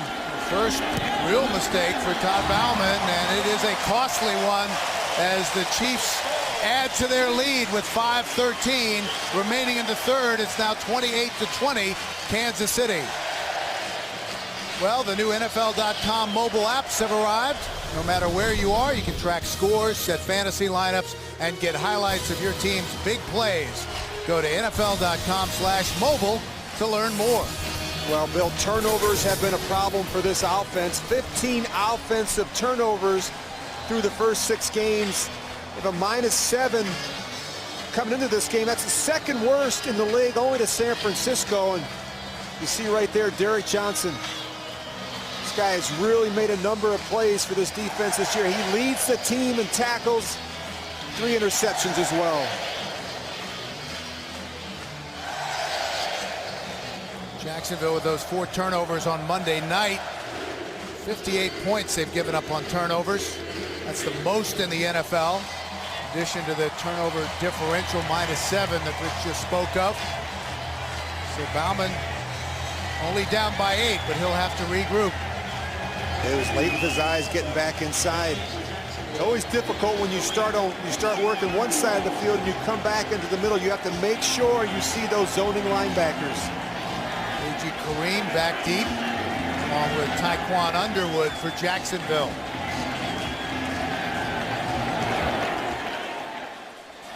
Short kick, fielded at the 8. Kareem brings it out to about the 24-yard line. So Bauman. Duran Tucker, by the way, made the stop. So Bauman back to work. His numbers, 14 of 23, 172, 2 touchdowns, and the interception a few moments ago. Well, you have to put that play behind you. It's no different than when you throw a touchdown. The interception, you got to put it behind you, move on. Spotted just inside the 25-yard line. That was one thing Joe Montana was so good at. His demeanor never changed. Whether it was a big touchdown throw and an interception that got returned for a touchdown, he was the same guy the next play. Power I formation. Bauman will throw. Flush from the pocket. Gets rid of it, incomplete. And let's check in once again with JB in New York for an update. All right, fellas, take a look here. Ed Reed off the PUP list for the first time this year with a pick. And that led to this flea flicker here. Flacco up top to Anquan Bolden. 34-yard hookup. It is now 27-24. Baltimore back to Bill McAtee and Rich Gannon. All right, nice comeback by the Ravens coming off an overtime loss to the Patriots. The Bills still looking for their first win of the season. Maurice Jones-Drew. Tough running against this Kansas City defense. Sean Smith on the stop. And again, to JB in New York for an update. Right. Hey, Bill and Rich, take a look here. Carson Palmer hooking up with Terrell Owens on this, a 19-yard pass play for the score. 3 catches by T.O. on that drive. He's got 7 catches, 81 yards and a touchdown in that game there since he trailing by 11. Back to Bill and Rich. Big mountain to climb for the Cincinnati Bengals coming off a bye week, trying to get Carson Palmer and those Cincinnati receivers in sync in the passing game. 3rd and 10 for Jacksonville. Bauman still on his feet and has to throw it away. Boy, Tamba Hali has been very disruptive today, as has Glenn Dorsey. They're doing a great job working together on the right side of that defensive line, making things a little bit more difficult for Todd Bauman here in the second half. So from Tamba Hali trying to strip the ball away to Glenn Dorsey rumbling, stumbling, and bumbling, try to chase you down. And he had to throw it away, so we'll see. Adam Podlish, the punter. Arenas is back deep, standing at his own 29-yard line. And the Kansas City Chiefs are going to take a timeout. Charge timeout, Kansas City. They don't have enough men on the field. That's the problem. Comes with 4:04 left to go in the third. Well, tonight on 60 Minutes, how did a TV show about guys and cars and laughs become one of the most popular shows on the planet? Find out tonight on 60 Minutes, only on CBS, America's #1 network. Well, that really bothered Todd Haley. They had to burn a timeout there because they only had 9 men on the field for a punt return. I hate to use those timeouts. I have to say, we watched the Chiefs on Friday, and it was a crisp, no-nonsense practice. The guys were focused. They weren't happy after those 2 fourth-quarter losses to Indy and Houston. They were really focused on coming back today and getting in the win column once again. This is an area they've been very good in punt returns. High punt by Podlish. Arena makes the fair catch at the 20-yard line. Well, coming next, Tom Brady leads the Patriots out west to meet Phillip Rivers and the Chargers, or the Raiders tackle the Broncos. Check your local listings for the game in your area. Week 7 here in the National Football League. That was a 55-yard punt, by the way. And they'll spot it just inside the 20-yard line. But San Diego happy to be back home. 2-4. They've lost all 4 games on the road to teams with losing records a year ago. They've been very good at home, but boy, they're really struggling on the road. San Diego's a tough team to figure out, as are the Dallas Cowboys. Thomas Jones is the deep back. 1st and 10 for the Chiefs. They lead by 8. Give it to Jones. Now to the 23-yard line, a pickup of 3.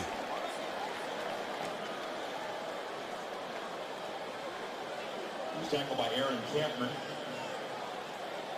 Chiefs have already won here at home against San Diego and San Francisco, so they have already equaled their total of home wins over the last 2 seasons combined.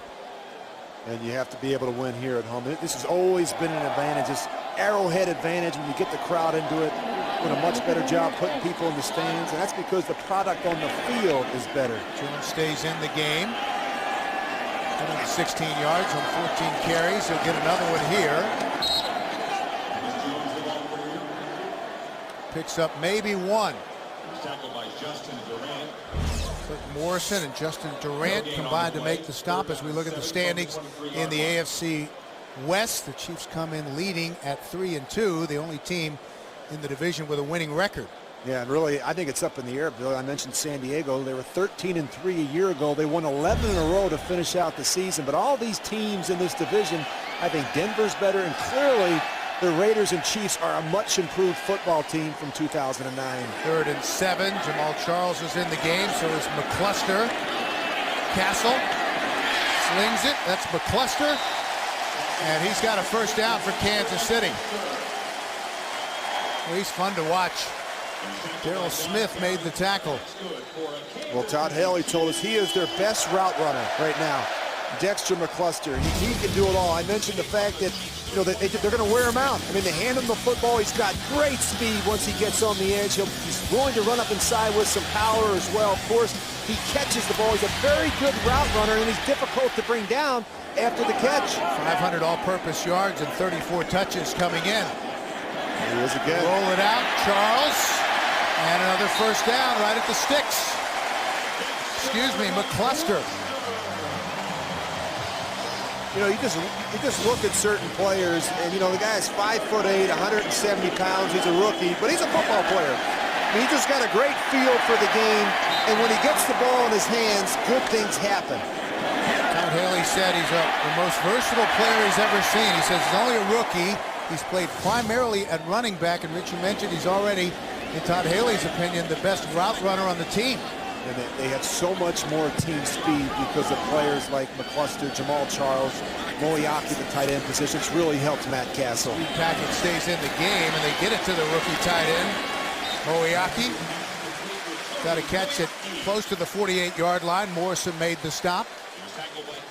Well, Moriarty has led the team in receptions in 4 of their 5 games so far this season. He's the leading receiver coming into today's game, and he just got a great sense and feel for the coverage. He's very good at work in the middle of the field. He's made some outstanding catches, and they're doing a better job of moving him around. He's not just an inline tight end. They can line him up in the slot. They can put him out wide.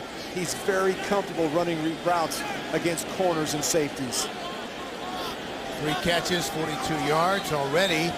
Matt Castle's favorite receiver as they toss it back to Jones, and he'll lose a couple. Good penetration that time from the Jacksonville front. Justin Durant, who came back last week after missing 3 games with an ankle injury, made the stop. 2nd-round pick back in 2007, 4th year out of Hampton. Well, I really think as you look at this Jacksonville defense, Bill, the linebackers are the strength of the unit right now. Very good athleticism and speed, and I think getting Kurt Morrison from Oakland has helped in the middle as well. They need more help on the back end right now. The safety position is really holding back this defense. Speed package is back in. Castle on the move, sidearms it. McCluster with the catch. Derek Cox made the stop. And we have a flag on the play. Let's check the penalty. Well, when Dexter McCluster comes running at you, you don't have a whole lot of time to make a decision if you're trying to cover him. He gets up on you quick. That speed, you can really feel it. He forces you to make quick decisions if you're a defensive player. Holding, defense, number 27. 5-yard penalty results in a first down. Right, that was Rasheem Mathis. That's actually away from the play. He's going to wind up grabbing Dwayne Bowe. Mathis, a Pro Bowl corner back in 2006. So into Jacksonville territory. Jaguars 48-yard line. They'll run the clock, and that will be it for the 3rd quarter. Our score, Kansas City 28, Jacksonville 20, and we'll return to Kansas City after this message and a word from your local station. You're watching the NFL on CBS.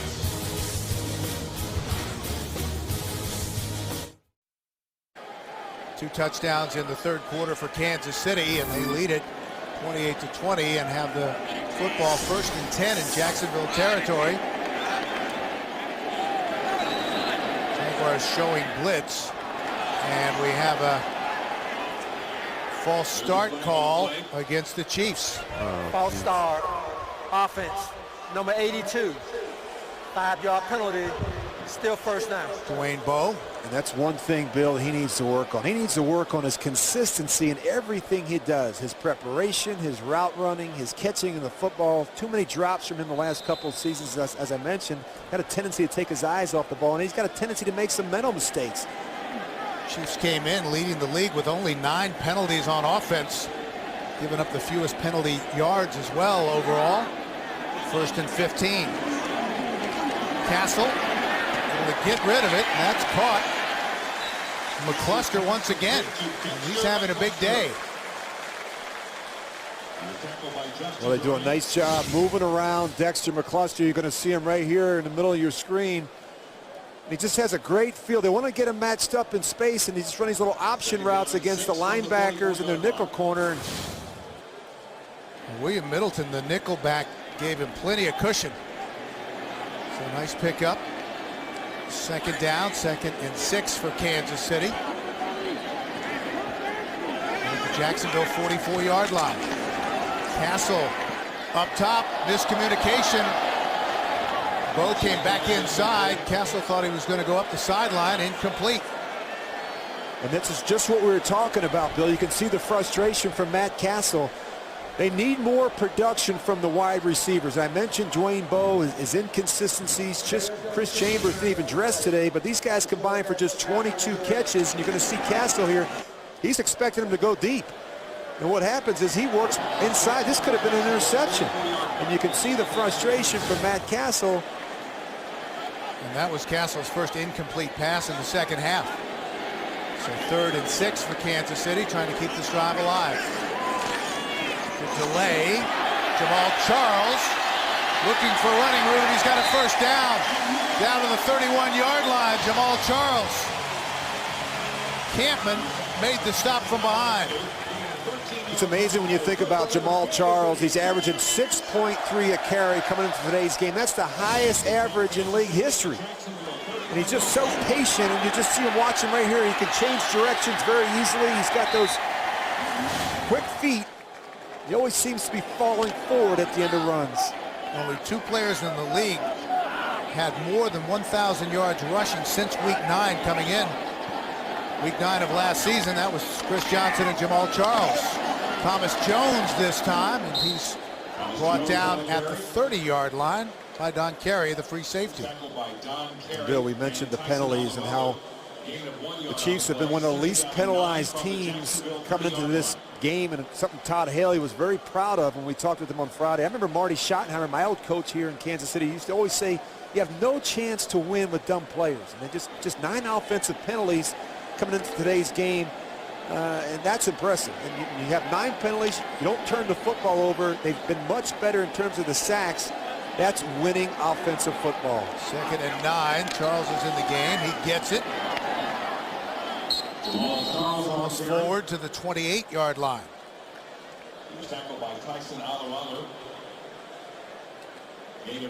Talk about the versatility of Dexter McCluster.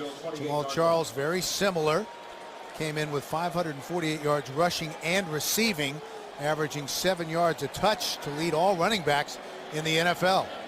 You see, we're seeing more of Jamal Charles in the game with Dexter McCluster, and again, that gives you a lot of speed and a lot of flexibility as a play caller, and makes it much more difficult for the defense. 12th play of the drive here on 3rd and 7 for Kansas City. Here comes the blitz.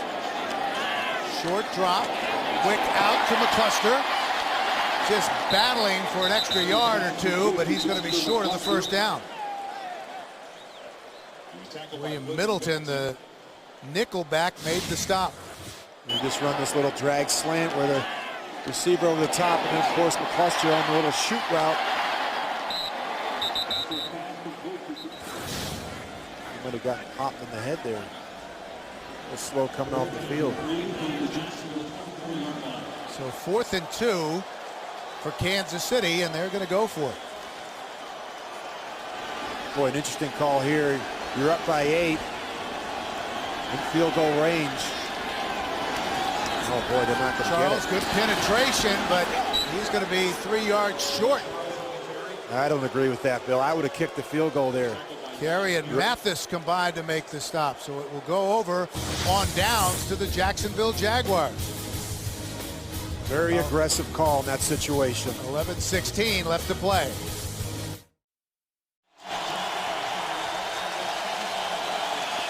(28-20) Kansas City with 11:16 left to play.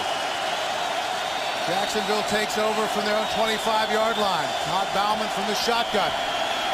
With time, the screen, and Maurice Jones-Drew. He's got some running room. Maurice Jones-Drew. And into Kansas City territory.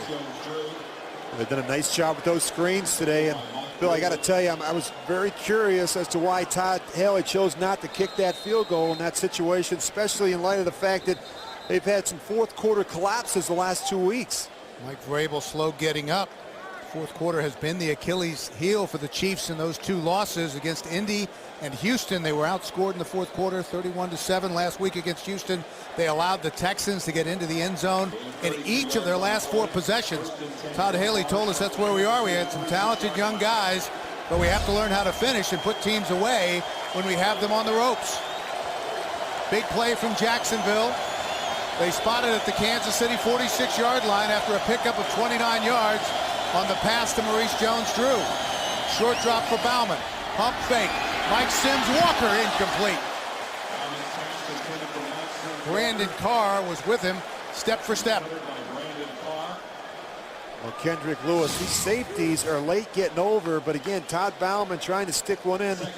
This is not a very good decision. You got two deep coverage there. The corner knows that he has help over the top. Pretty good job by Brandon Carr running up the sidelines. Look at the safety. The angle is poor. That angle is too flat. It's got to be higher. J.G. Kareem has checked in now. The lone setback on 2nd and 10. They give it to the rookie, trying to bounce it to the outside and get the edge, and he picks up about 3. That'll bring up 3rd down for Jacksonville. Eric Berry, the strong safety, the rookie out of Tennessee, made the stop. And that's the thing that Eric Berry can do. And he'll come up and hit you. He's a very physical safety. He likes to be around where the action is. 3rd and 7 for Jacksonville. Down by 8.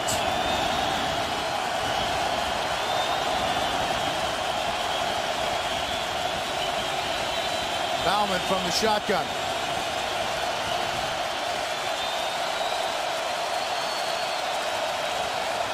Here comes the blitz. Got rid of it. Incomplete. Had to rush the throw intended for Mike Sims Walker. And you're going to see pressure. They do a nice job bringing the Javier Arenas and the linebacker right up inside. He's unblocked.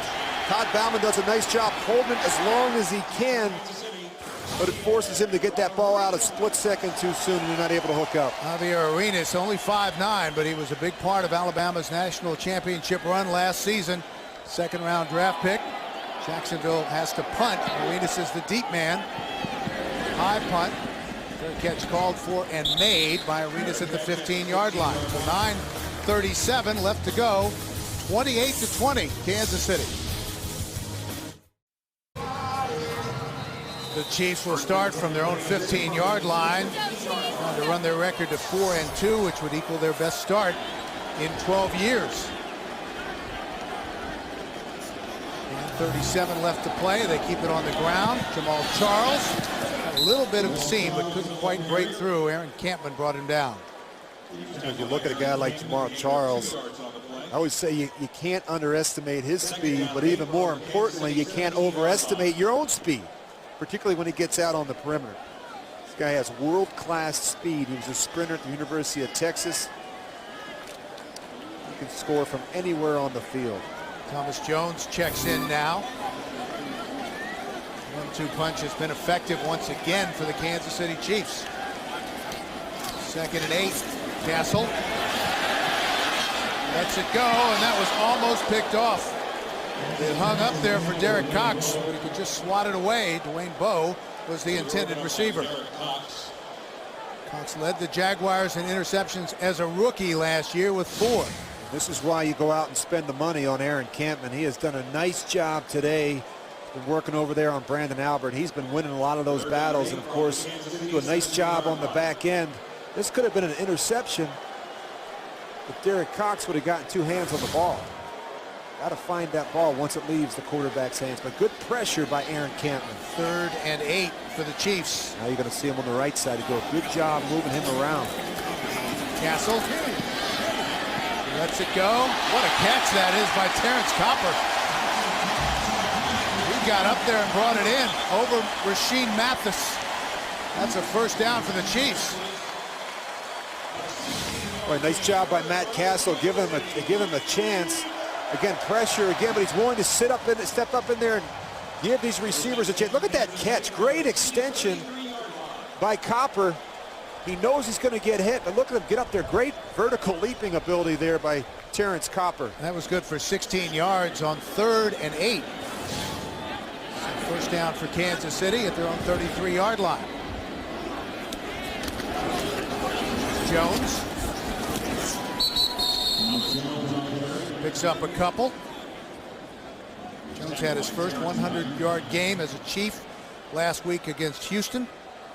Only LaDainian Tomlinson has rushed for more yards than Thomas Jones since 2005. They just keep chipping away at you with these different backs. You see Jones come out and Charles come in, and McCluster gets touches, and then all of a sudden you look down there and you notice they've run the ball 35 times for 188 yards. Charles, the deep back in the offset eye. Mike Cox is the fullback. Toss it back to Charles. Puts it back inside and falls forward across the 40. Didn't look like anything was there, but he made a nice gain out of it.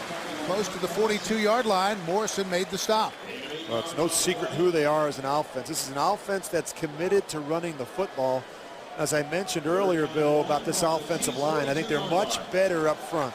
You know, Brian Waters has always been a good player at the left guard position, but getting Ryan Lilja from the Colts and, of course, getting Casey Wigman back, he's the guy that anchors the front. And he really is the stabilizing force. I think it's made Matt Castle's job a whole lot easier, having a great center in there like Casey Wigman. Wigman back here in Kansas City after 2 years with the Broncos. Pro Bowl center in 08. They get it out to Cox, the fullback, and a nice pickup into Jacksonville territory, and the Jaguars were not expecting that. No, they weren't, and they're doing a great job mixing it up. They have so many different ways that they come at you, and you never feel the fullback. He's just going to go out into the flat. They don't even cover him. I always say about Matt Castle, he doesn't discriminate. He'll throw it to anybody who's open. The Chiefs have a number of different ways to get the ball on the edge. 13 yards on the play and a fresh set of downs for Kansas City. Just over 6 minutes remaining. Top of the motion man. Castle from the shotgun. You give it to Charles. It gets to the edge. Jamal Charles with a nice little move and out of bounds at the 35-yard line. A late flag.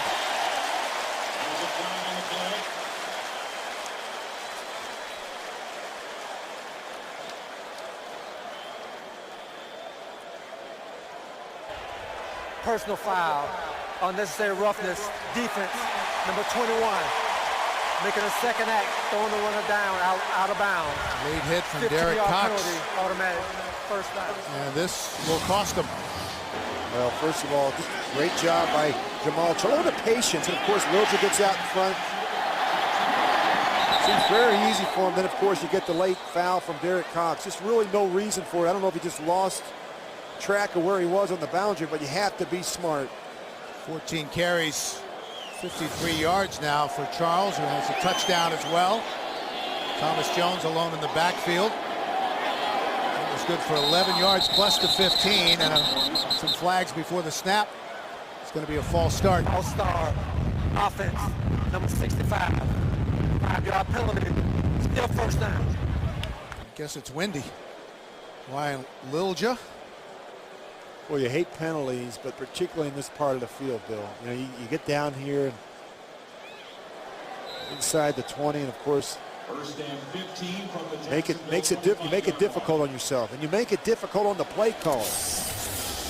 Lilja, by the way, was originally a rookie free agent with Kansas City back in 2004 before his 6 seasons in Indianapolis.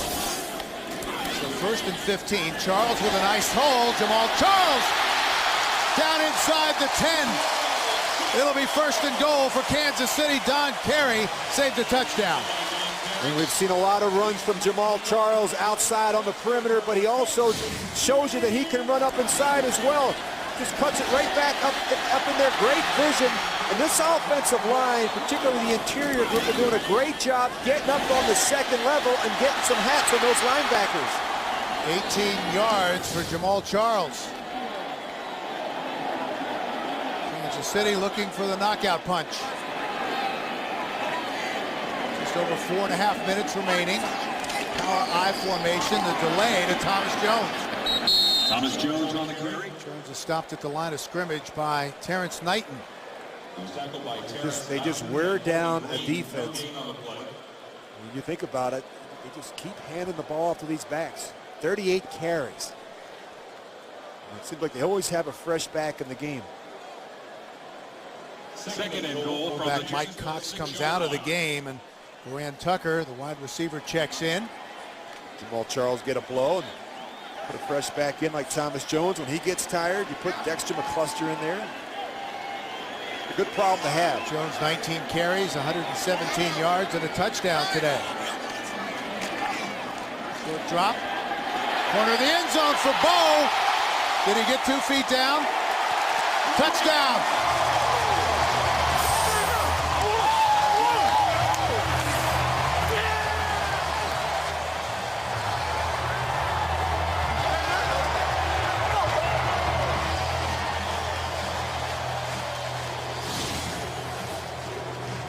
Good concentration here. Look at Dwayne Bowe extend. He's got that 1 foot down. Does a nice job. Looks like he toe touches that left foot as well. This is great concentration. You'll see the right foot come down. Now watch that left foot right there. Wow, what a great angle. That's not easy to do. Jack Del Rio with the challenge flag.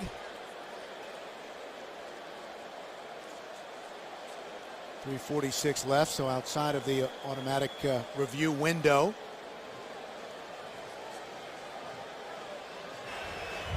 Jacksonville is challenging the rule on the field of a completed catch for a touchdown. Well, you just watch where Dwayne Bowe, he's inside, he's going to work outside, and the receiver's going to go inside. We'll have the results of the review when we come back to Kansas City.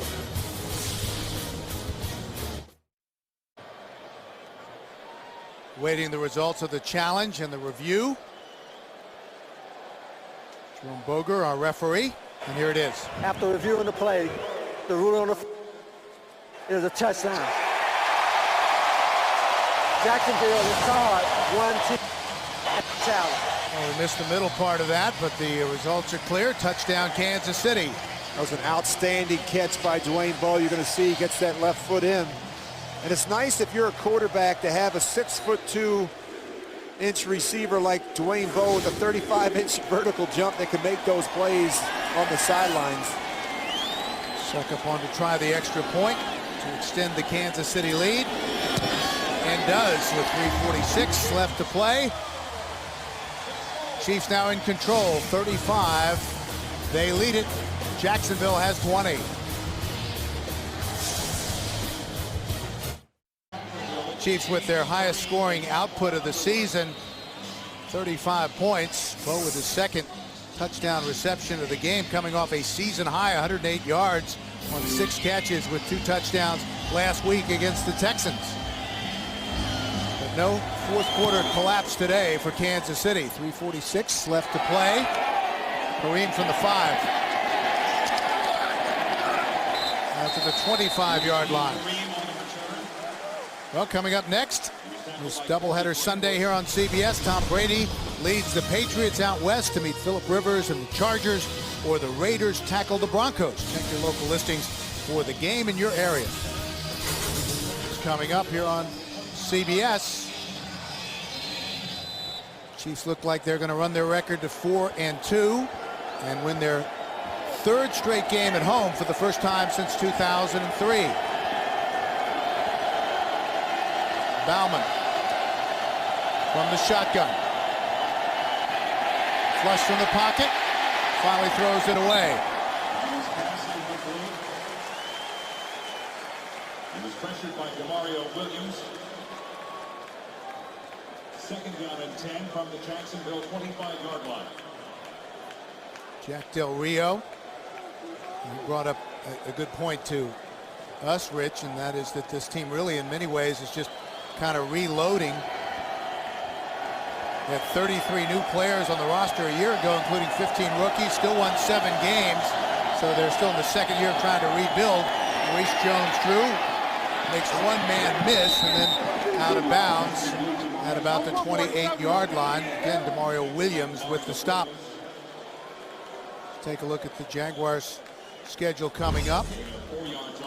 They will be in Dallas next week, and then they'll have a bye week before playing Houston.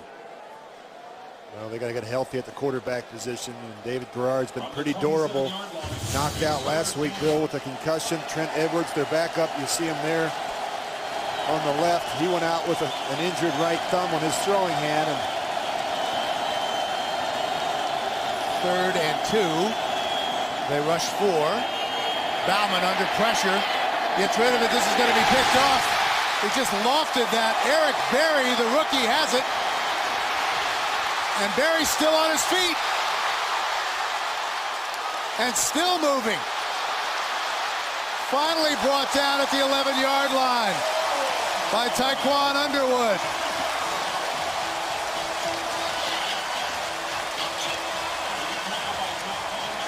And that was just a gift from Todd Bauman.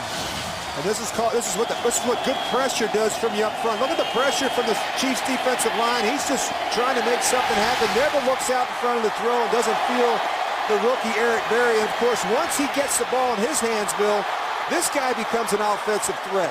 He can score as well. So well regarded coming out of Tennessee. He started every game as a rookie at strong safety. Todd Haley told us he's a high character guy who can really bring it. And he's got a chance to be a star in the league at safety. Disappointment for Todd Bauman, who though has played well today, but a couple of costly mistakes. Down to the 5-yard line, Jackie Battle, 3rd year out of Houston. You see Eric Berry there, and talking with Romeo Cornell on Friday, he is really excited about this youngster. He just thinks he's got a wealth of talent. He really feels like he can be a playmaker back there in the secondary. They know he's a physical player, and he's a very good run support player. I think the big thing with a guy like Eric Berry is just figuring out all the different nuances of the coverage scheme. And he told us, he said, every week it seems like, I'm going up against a great tight end. You think about the tight ends that he's had to face through the first 5 or 6 weeks, he's going against some of the game's best. And they're going to mark it just short of the goal line. Again, it was Battle. Well, as if you haven't seen enough of Thomas Jones and Jamal Charles and Dexter Cluster. Now they bring in Jackie Battle, and Jackie Battle goes to work behind that offensive line. And you see his right knee was down. But, Bill, I got to give a game ball to that group up front. That offensive line has been outstanding today. They're moving people. They protected Matt Castle. Oh, we've reached the 2-minute warning. Chiefs trying to put it away. They lead 35-20. 2 minutes remaining. 1st and goal for Kansas City, leading 35-20 over the Jacksonville Jaguars. Kansas City on its way to 4-2. Jacksonville will fall to 3-4. Battle stays in the game. The offset eye. And they give it to him. In the end zone, touchdown.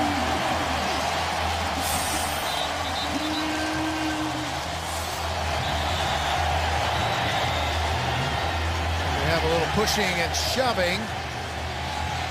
Well, there's really no reason for it. And even more importantly, if you're a guy like Matt Castle or one of these Chiefs players, all you're going to do is cost yourself some money staying around that pile. A good push up front. Well, short yardage and goal line situations. And look at this. All these backs for Kansas City, they like sticking that ball over the goal line there and leaving their feet. Normally you talk about a short yardage and goal line back, you're better off staying on the ground, but these guys like to get airborne down in this part of the field. Ryan Suckup on to try the extra point.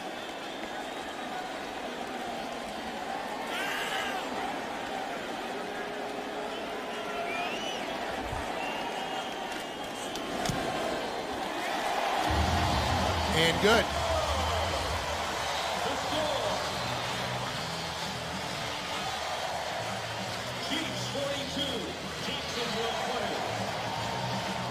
Well, we had a tight game in the first half, and then it all kind of started coming apart right here. Bauman trying to go for too much and intercepted by Derek Johnson, who returned it for a touchdown. Bill, you and I were talking. You start to your left, and when you come back inside, you don't look for the tight end. You look for the linebacker covering the tight end. And that's just, it could happen to anybody. I don't think he ever felt or saw Derek Johnson. He was kind of tucked down behind that big offensive line he had in front of him. And, in a way, you kind of feel for Todd Bauman. I thought he did some great things today. He's made a couple mistakes here at the end, but, be able to come in on a short week and all that he's been through and to play as well as he did up until that point was really incredible. Derek Johnson, in many ways, a symbol of the resurgence of the Kansas City Chiefs, because this is a guy who was a first-round draft pick out of Texas in 2005, lost his starting job, was kind of just sort of floating on the depth chart, not seeing a lot of action, and now he's kind of found his place and has become an impact player for these Kansas City Chiefs. Well, Scott Pioli and Todd Haley, they've done a wonderful job. They came in last year, they turned over more than half the roster, and the best thing they did was they changed the culture and the environment in the building by creating competition at every position, and it's starting to pay dividends. These last two draft classes have been outstanding. Kareem is the deep man. Take it at the goal line. KG Kareem. Can't get to the outside, and we have some flags on the play. Corey Mays on the tackle.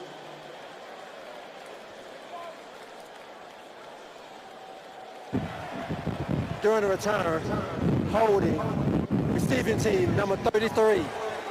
After this to the goal, first down. So they'll bring it back. As things stand now, the Chiefs have the second easiest schedule in the league going forward. Only the Arizona Cardinals play teams with a lower current winning percentage than Kansas City, so the future looks bright for the Chiefs. They get the winless Bills, and of course 2 divisional games on the road. Matt Castle, I thought he played much better in the second half, Bill. He was 0 for 3 at the end of the first quarter, but since then, Rich, 13 of 15 for 193 yards and the 2 touchdown passes to Bo. He's got to give him some opportunities. I mean, any quarterback, 3, 4, 5, 6 throws in the first half is not going to get it done. He needs to get into a rhythm. I thought he did a much better job of that in the second half. Kareem burst through across the 20 to the 21-yard line. He was tackled by Demario Williams. There's that ease of schedule for the Chiefs, just behind Arizona, just ahead of the Rams. Again, as teams stand now in terms of winning percentage. We haven't really talked about it, but you have to wonder what's going to happen with Todd Bauman. This is kind of an audition for him. If the Jacksonville Jaguars keep him on the roster, they keep him around. Zach Miller to the 30-yard line. Chiefs, by the way, with 236 rushing yards today. So another fine rushing performance. 5.6 yards a carry, their average. Bauman. Again, it's Miller. And he's got a first down at the 38-yard line. Kind of an audition of sorts for Todd Bauman. And got that finger still bothering him from that tackle, attempted tackle on Eric Berry. Bauman. Oh, yeah, you can see it's bothering him. Oh, he's got to come out of the game. He almost lost the football. Yeah, he's got to come out of the game. I think it's really bothering him. And if you're going to come out of the game, you're better off staying on the field and taking a knee. So here we go with Trent Edwards. He's not healthy either. He's got an injured right thumb. Look at his right thumb. He took some snaps at practice late in the week. He sprained his thumb early on after replacing David Garrard at quarterback. Was wearing a splint this week, but was able to grip the football after the swelling started to go down, and he'll just hand it off to JG Kareem. Powers forward to the 45-yard line inside of 30 seconds remaining. And that might be all he's able to do as you look at Trent Edwards. He's got a splint on his thumb as well. I don't know that he can even throw it. You can see right there. So the Chiefs are going to win it 42-20. Coming up next, Game 2 of the NFL on CBS. For Rich Gannon and Bill McAtee saying so long from Kansas City.